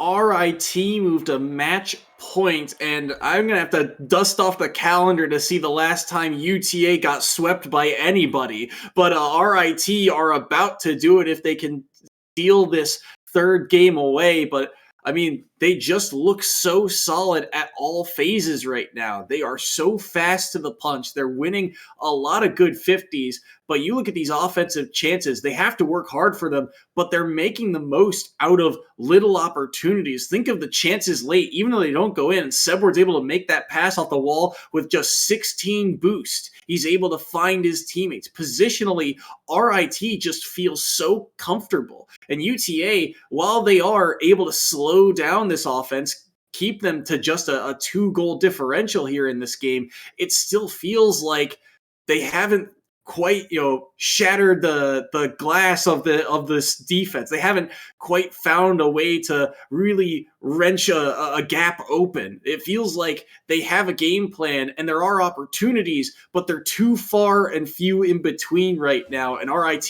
they just feel so well-rounded at the moment. Yeah, it doesn't feel like there are those holes that you're expecting. As what happens on this kickoff? Sunblaze goes up for it, and Sin with the misflip. Yep, I think he wanted the fast kickoff there. Yeah, yep. And he just ends up putting his nose to the ground on it. That fast kickoff is tricky, but that is the price you pay when you mess it up. It is an easy follow-through shot for the opposition to just shoot it right off a kickoff. And then because everyone's biting on it, of course, it's an empty net goal. And now UTA up against it as look at RIT stretch the field, and nearly a goal for Sunblaze if he could turn that one on target. And that's just the worst way to start off what has to be a reverse sweep mentality as Sin pitches it high. There's no one ready to respond. Random Shy is playing the other corner, and Polka Dot, incredibly awkward. There's just no control right now for UTA. They need a bit of a reset, and instead, Sunblaze is just looking for a shot. It's sent to the side. Sebward keeps it dangerous, and this UTA team is scrambling as that one saved off the post. Dangerous opportunity. Sunblaze will keep it in. Jakob is up, tries to throw one on target, forces a save out of Polka Dot. Sebward to kick this one back towards the mid. Passing play developing, but Jakob is there smartly to read the ball once more. Polka Dot now backtracking here. Chips it over one, gets a 50 over a second, 17 boost left, and does he have a short side goal? Oh! Yes, he does! Out-muscles Sunblaze to the post, and it's a tie game! I don't think Polka Dot thought that he had it until eventually see Sunblaze and was like, wait, that's the only one there. Let's just try to cut off the clearance angle. And indeed, we're all tied up, and that's going to feel good for UTA, finding that window and really taking advantage of a major mistake we don't tend to see, RIT getting caught in transition. There have been one or two times where they have, found a pocket off of these big booming clears where things can get a little dicey for RIT because they're so comfortable offensively, as this one could be a shot. That one skies off the backboard, and Sin is going to get a goal off the back of it. What type of shot? This thing hit the backboard at Mach 12. Yeah, insane pinch, and then you don't know where it's going. Sin realizes it could come back to me. It does come back to me.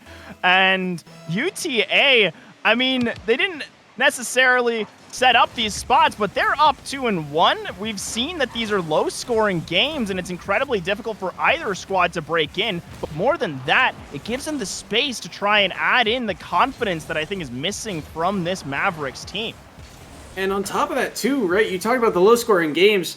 It's been the highest score we've seen is 2. So RIT is going to have to find a new high against a very stout defense. They've already got one, and they've got over half the game to work with. But I do think that, like you said, UTA, these 2 goals have kind of breathed new life into them. They've got the lead now, and UTA with a lead has just been so dangerous, so difficult to try and beat. Random Shy will try and get this ball off the wall. He finds Sin in the midfield in transition. They're able to get over top of a second, but Sebward will shut that play down for the moment. But this is UTA, again, finding time on offense and making sure this RIT team cannot get the ball out as they nearly found another at that back post. Oh, it was so close, and I think if UTA gets that one, this is very quickly getting out of hand for RIT. Of course, there's still plenty of time in this game and potentially more in the next, but it would have been a great setup from UTA, teammates hitting each other, and the kind of synergy that we're used to seeing out of this squad as Sunblaze looks for the 1v1, and Sin reads them all the way home. Big stop there, Sin getting that block, because that was a massive individual effort. He's looking for another one here, but he's cut off so many times. UTA just have to be up so early and kick that ball towards their own backboard just because RIT are looking to extend some of these touches, really make UTA launch for it. But UTA very careful about their defensive positioning thus far. But it is only a 1-goal game. But as I say it, they nearly get caught out here. Random Shy, I think, avoided a demo in that sequence as well. And with a minute remaining, UTA are headed the other way. Yeah, and Jakob was the only one back, so able to just hold fast and hold on. while waiting for the rest of the team to get back as Sunblaze pitches that one out, and that was an execution attempt on the back line, just trying to let it sail on in. And fortunately for the Mavericks, that shot goes wide, and it will be saved away. As now 30 seconds to go, and RIT are starting to throw everything they have at this blue side of the pitch. I mean, you do not want to be in an elongated series against UTA. They have been so good when a series goes beyond a sweep. But oh boy, Sunblaze keeping it dangerous there. But a dribble the other way, a 2-on-2. He gets a demo here. Late chance, Jakob feeding Sebward. Sin with a huge save. Still in the blue half. Polkadot with the clear. Jakob gets red. It's high off the backboard. We're into zero time, but Jakob gets a good redirect down low. But he just can't hold on to it. And UTA get one back.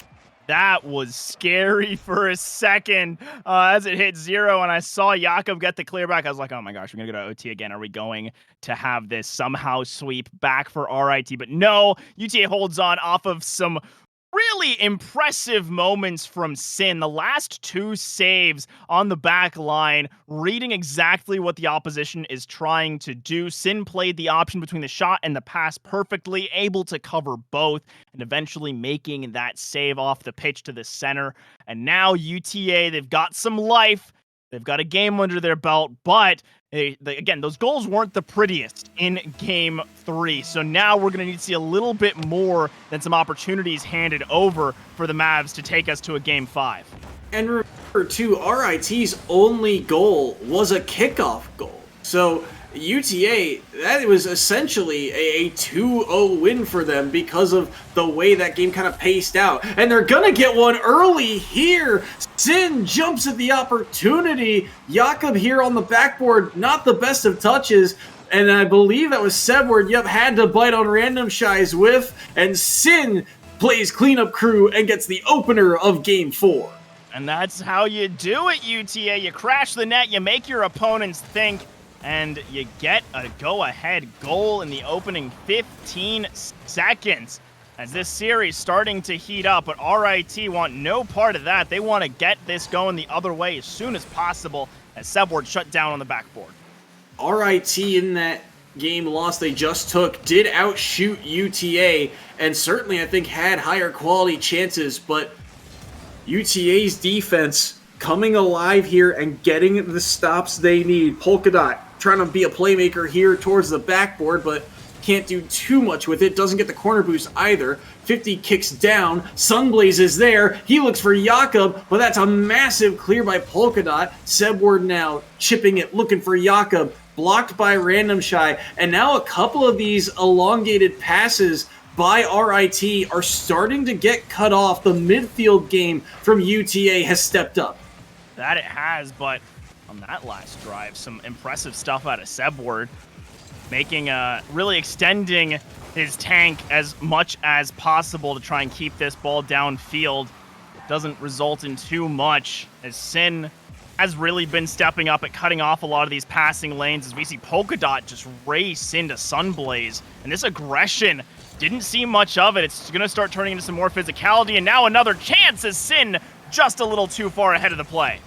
Yep, just got there too early, had the opening, but the timing of the play was just off. Now it's 2-on-1 and a miscue. Both players leave the ball there. Jakob pulls away. Now Random Shy gets to dump it right back into the orange half and chase after it. It's a good pinch off of the curving corner there. Sin now leaves it for Polkadot. And again, once this ball reaches the orange half, it is so difficult for RIT, who have been really kind of towards their own goal line for a lot of it, to really get out in front of the play. A whiff comes through and Sebward just barely can't react to it in time. As we approach the halfway mark of game number 4, UTA still hold the 1-goal lead. Yeah, and Sebward was playing the option and then wasn't quite ready for that third member to come over the side. And now UTA, they still want one more. You can tell they are not comfortable at all with just a 1-goal lead. They want to get this to 2, give themselves some space to breathe, and then think about moving on in the series, but they have been fighting at the midfield so incredibly well. Another demo attempted to go for that ball, as now this might just be an opening as Random Shy holds fast on the back line and keeps it closed. Huge save there by Random Shy. Sunblaze had the whole net to shoot at, but just could not find a way to get past that last defender. Sunblaze and Sebward here on the backboard, and that's a double commit, but they do get over top of one, but the follow-up shot hits the backside of Sunblaze's car, so a save made by him, but UTA maintain possession, and they're gonna get a goal off the back of it. Sin's got the brace, and with 1:35 remaining, the Mavericks are up 2. Oh, and Sin and Polkadot just tipping and tapping between each other to get past the two defenders, and now UTA, they've got that buffer zone. They can start to maybe play a little bit more for time as RIT backs against the wall. Do not want to face a UTA team that is gaining confidence in a Game 5. RIT have oh my goodness, Jakob puts the team on his back with this one. Look at this, the demo to free up the space, and the flick shot so fast underneath the crossbar. Jakob the sniper strikes true. And Jakob has been just so good at the fundamentals. Sometimes you don't expect a shot like that to just ring out from, that offensive third. And Jakob's able to just sink it right through the defenders, put it exactly where your opponents can't quite reach. And now RIT filled with new life. Sunblaze just stole one boost, was trying to take away two. Polkadot's able to keep it up as Sin keeps it out of the net. Sunblaze not letting the attack fall anytime soon despite being out of boost. And Jakob knows how close this is and how they might not get another chance.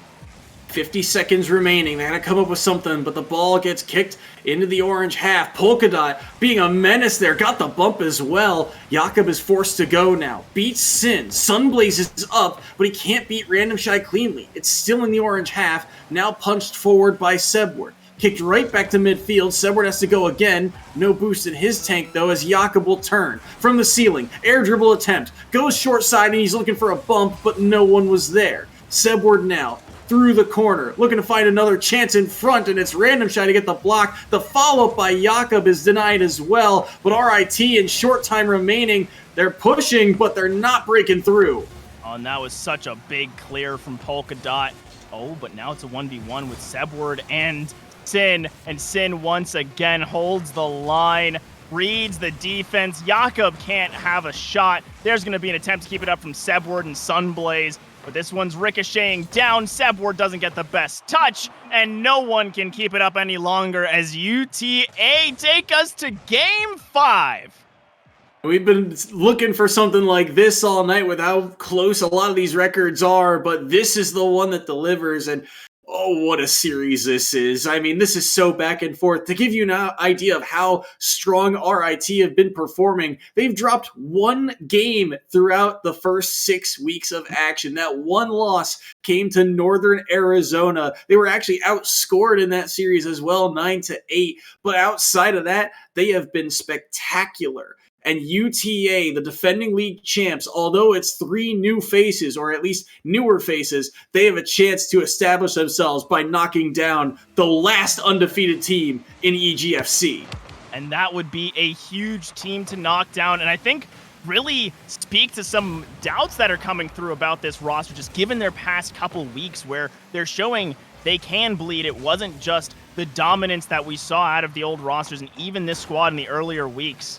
So now, this is when you have to test your mettle, and this matchup against RIT has certainly been that, coming back from adversity, coming back from what feels like an unfair overtime in Game 1 just because servers be like that, just because online play isn't perfect. And now Jakob gets the reset over, and Polkadot makes the save. Polkadot makes another, and RIT somehow have not cracked the back of the net until they pitch it into Sunblaze. RIT turned the dial up to 12. What are these angles? What are these resets they're getting? And somehow this ball kicks down in front, and Sunblaze will get the goal. But that's all off the back of the individual efforts of Jakob and company to just throw this ball at the net and make every shot dangerous, force the defense up, force them to react to the play, and just too many commits from UTA lead to RIT's opening goal. Oh, and there was almost a chance to respond for UTA, but that was just a bit too quick off the pinch. No one could really get any good contact, and instead it's UTA trying to march on back. Sebward's going to try and slow this one down, makes it awkward. Jakob doesn't get the cleanest contest, and UTA haven't been behind in a game for quite a while, and this is certainly newer territory for them after their streak in the past 2 games. Random Shy is going to have to just sit in the net and wait as Jakob wakes him up instead. And Sebward with no boost won't be able to do much more. And it's the Mavericks marching once again.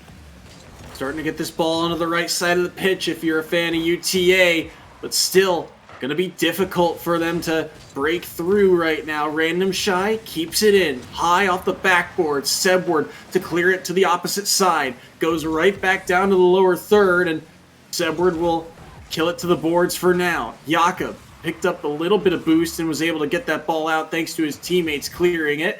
Sunblaze now wins a 50, so RIT starting to apply some pressure, but here come UTA, all 3 members in line there, ready to react to wherever that ball was going to kick out to. Jakob looking for another touch here, doesn't have it. Random Shy on the catch, but can't get the 50. And as we approach that halfway marker here, UTA still trail by 1, and it was nearly 2 if Sin didn't dive back for that ball. Yeah, that was very, very close, and a 2-goal deficit. As you mentioned earlier, 2's the highest score we've seen in this series. No one's been able to crack that. Missed goal 3 on the scoreboard, and that means every single goal matters a ton. Every single touch could be the difference maker. As Random Shy beat to the ball now, Sin has to slow things down for just a second as Sebward doesn't have Sunblaze as an option, calls back the troops. Now Sin with no boost, gonna be tough to try and make it back onto defense. The attacks don't stop from Rochester, and this corner keeps getting peppered, and UTA keep repelling. And this corner play is favoring RIT. It's eating clock right now. Although RIT aren't looking to stall, they can play the 50 game. But maybe something here for Sin. Can't get over the last defender. Polka Dot shot denied by Sunblaze. Now a follow through off the near post. Rebound from Sin. And Sunblaze stands tall. What a huge sequence for RIT's defense. Oh man, shot after shot, but the rotations from both teams are just in lockstep. Every time an attacker's there, the defender's ready, and as well, the shot placement just a little bit off each time from UTA, as this one's close, deflected by the corner. Now Sin doesn't have a good reset. Jakob, you can see, already starting to play time with no boost in the tank. Random Shy not able to get a good shot down as this one streaks. Our UTA lucky it's not on target, but still, it's very, very dangerous for RIT. Kicks off the blue boards here. Sebward tried to go low. Polka Dot just barely able to adjust and get the block, but Random Shy over top has Polka Dot just barely got away from the nose of his car. And now UTA, they're feeling the pressure of the clock. They've got to find one here. Jakob on the pass, clears it away, and that's going to be a goal! Sebward coast to coast, and RIT take a 2-0 lead. Oh man, and this is just a recognition. There's no one in net. There's no one on the back line rotate. And Sin just couldn't react to the ball sailing right over his hood. I mean, 2 goals in 30 seconds. We've seen it before, but with this kind of pressure, it's almost impossible. There's going to be an attempt. Sebward already trying to hold on to that possession. Same from Sunblaze. Eat the clock, take it away, and even go for something a little flashy as there's a missed touch, and Sunblaze's whiffed reset still turns into a goal. Still thinking he's going to get that touch. The defense just reacts, and Sin with the misflip. Random Shy just barely can't get back in time, and that should just about do it. RIT pushed to the brink, but the champs will fall here. A 3-goal lead, maybe another one here, as no one diving at that one. But RIT refuse to go down, and they continue with a streak as, oh no, nearly a chance there for Random Shy at the end, but RIT remain undefeated. And they stand on the top 7-0. I mean, their individual game losses doubled this series from 1 to or tripled from 1 to 3. Like, this has been such a dominant run from RIT. We haven't seen him on this channel, I think, really much all season. 1 or 2 looks back last week, but still, this is a squad that are on the top of the standings for a reason, and they just showed. This is also a UTA team that's had some rocky moments. It's still nail-bitingly close, but this was, I think, the big test for UTA in terms of, RIT has always been one of these teams, with the exception of last year where they went through numerous roster changes and couldn't find a very consistent lineup. RIT has always been kind of that top 8 team, but will they break into top 4? Will they be that championship team? Because they've always felt like it. They've beaten a couple of these upper echelon teams, Delaware's of old. They've beaten Cincinnati before, but RIT, could they compete with the top? They shut down this UTA squad. We have our answer, but it was really, again, just so back and forth. You feel like one mistake here or there was really all that it was. And RIT, again, with an early lead, able to benefit off the back of it and get this series. Yeah, and we also speak to how this felt like it was so one-sided at the start with the 2-0 lead. UTA almost claws it all the way back, and that's the difference between 7-0 and 4-3 in this league. So certainly shows that if you've got a positive record, it is hard fought for. And we've had really a fantastic slate of games today. We're not going to get to hear from any of the players. Fellas in Rochester said it's late on the East Coast. Time to hit the haze. Of course, you got to get your classes, be good students. But Soy, this was a great day of games. Even if they weren't all as close as we expected, still great to see some top talent against each other. Oh, absolutely. So many fantastic players. And that's what's so fun about the EGFC is that there's such a wide variety of talent from players across the nation that all get to compete on this stage, all get their time in the spotlight. And everyone, you can see the improvements week to week for these guys. And then you still get matchups like these that are so high octane. And it's still basically in the middle of the regular season, while we are enclosing on the end of the fall split with a 2-week break coming up for Thanksgiving.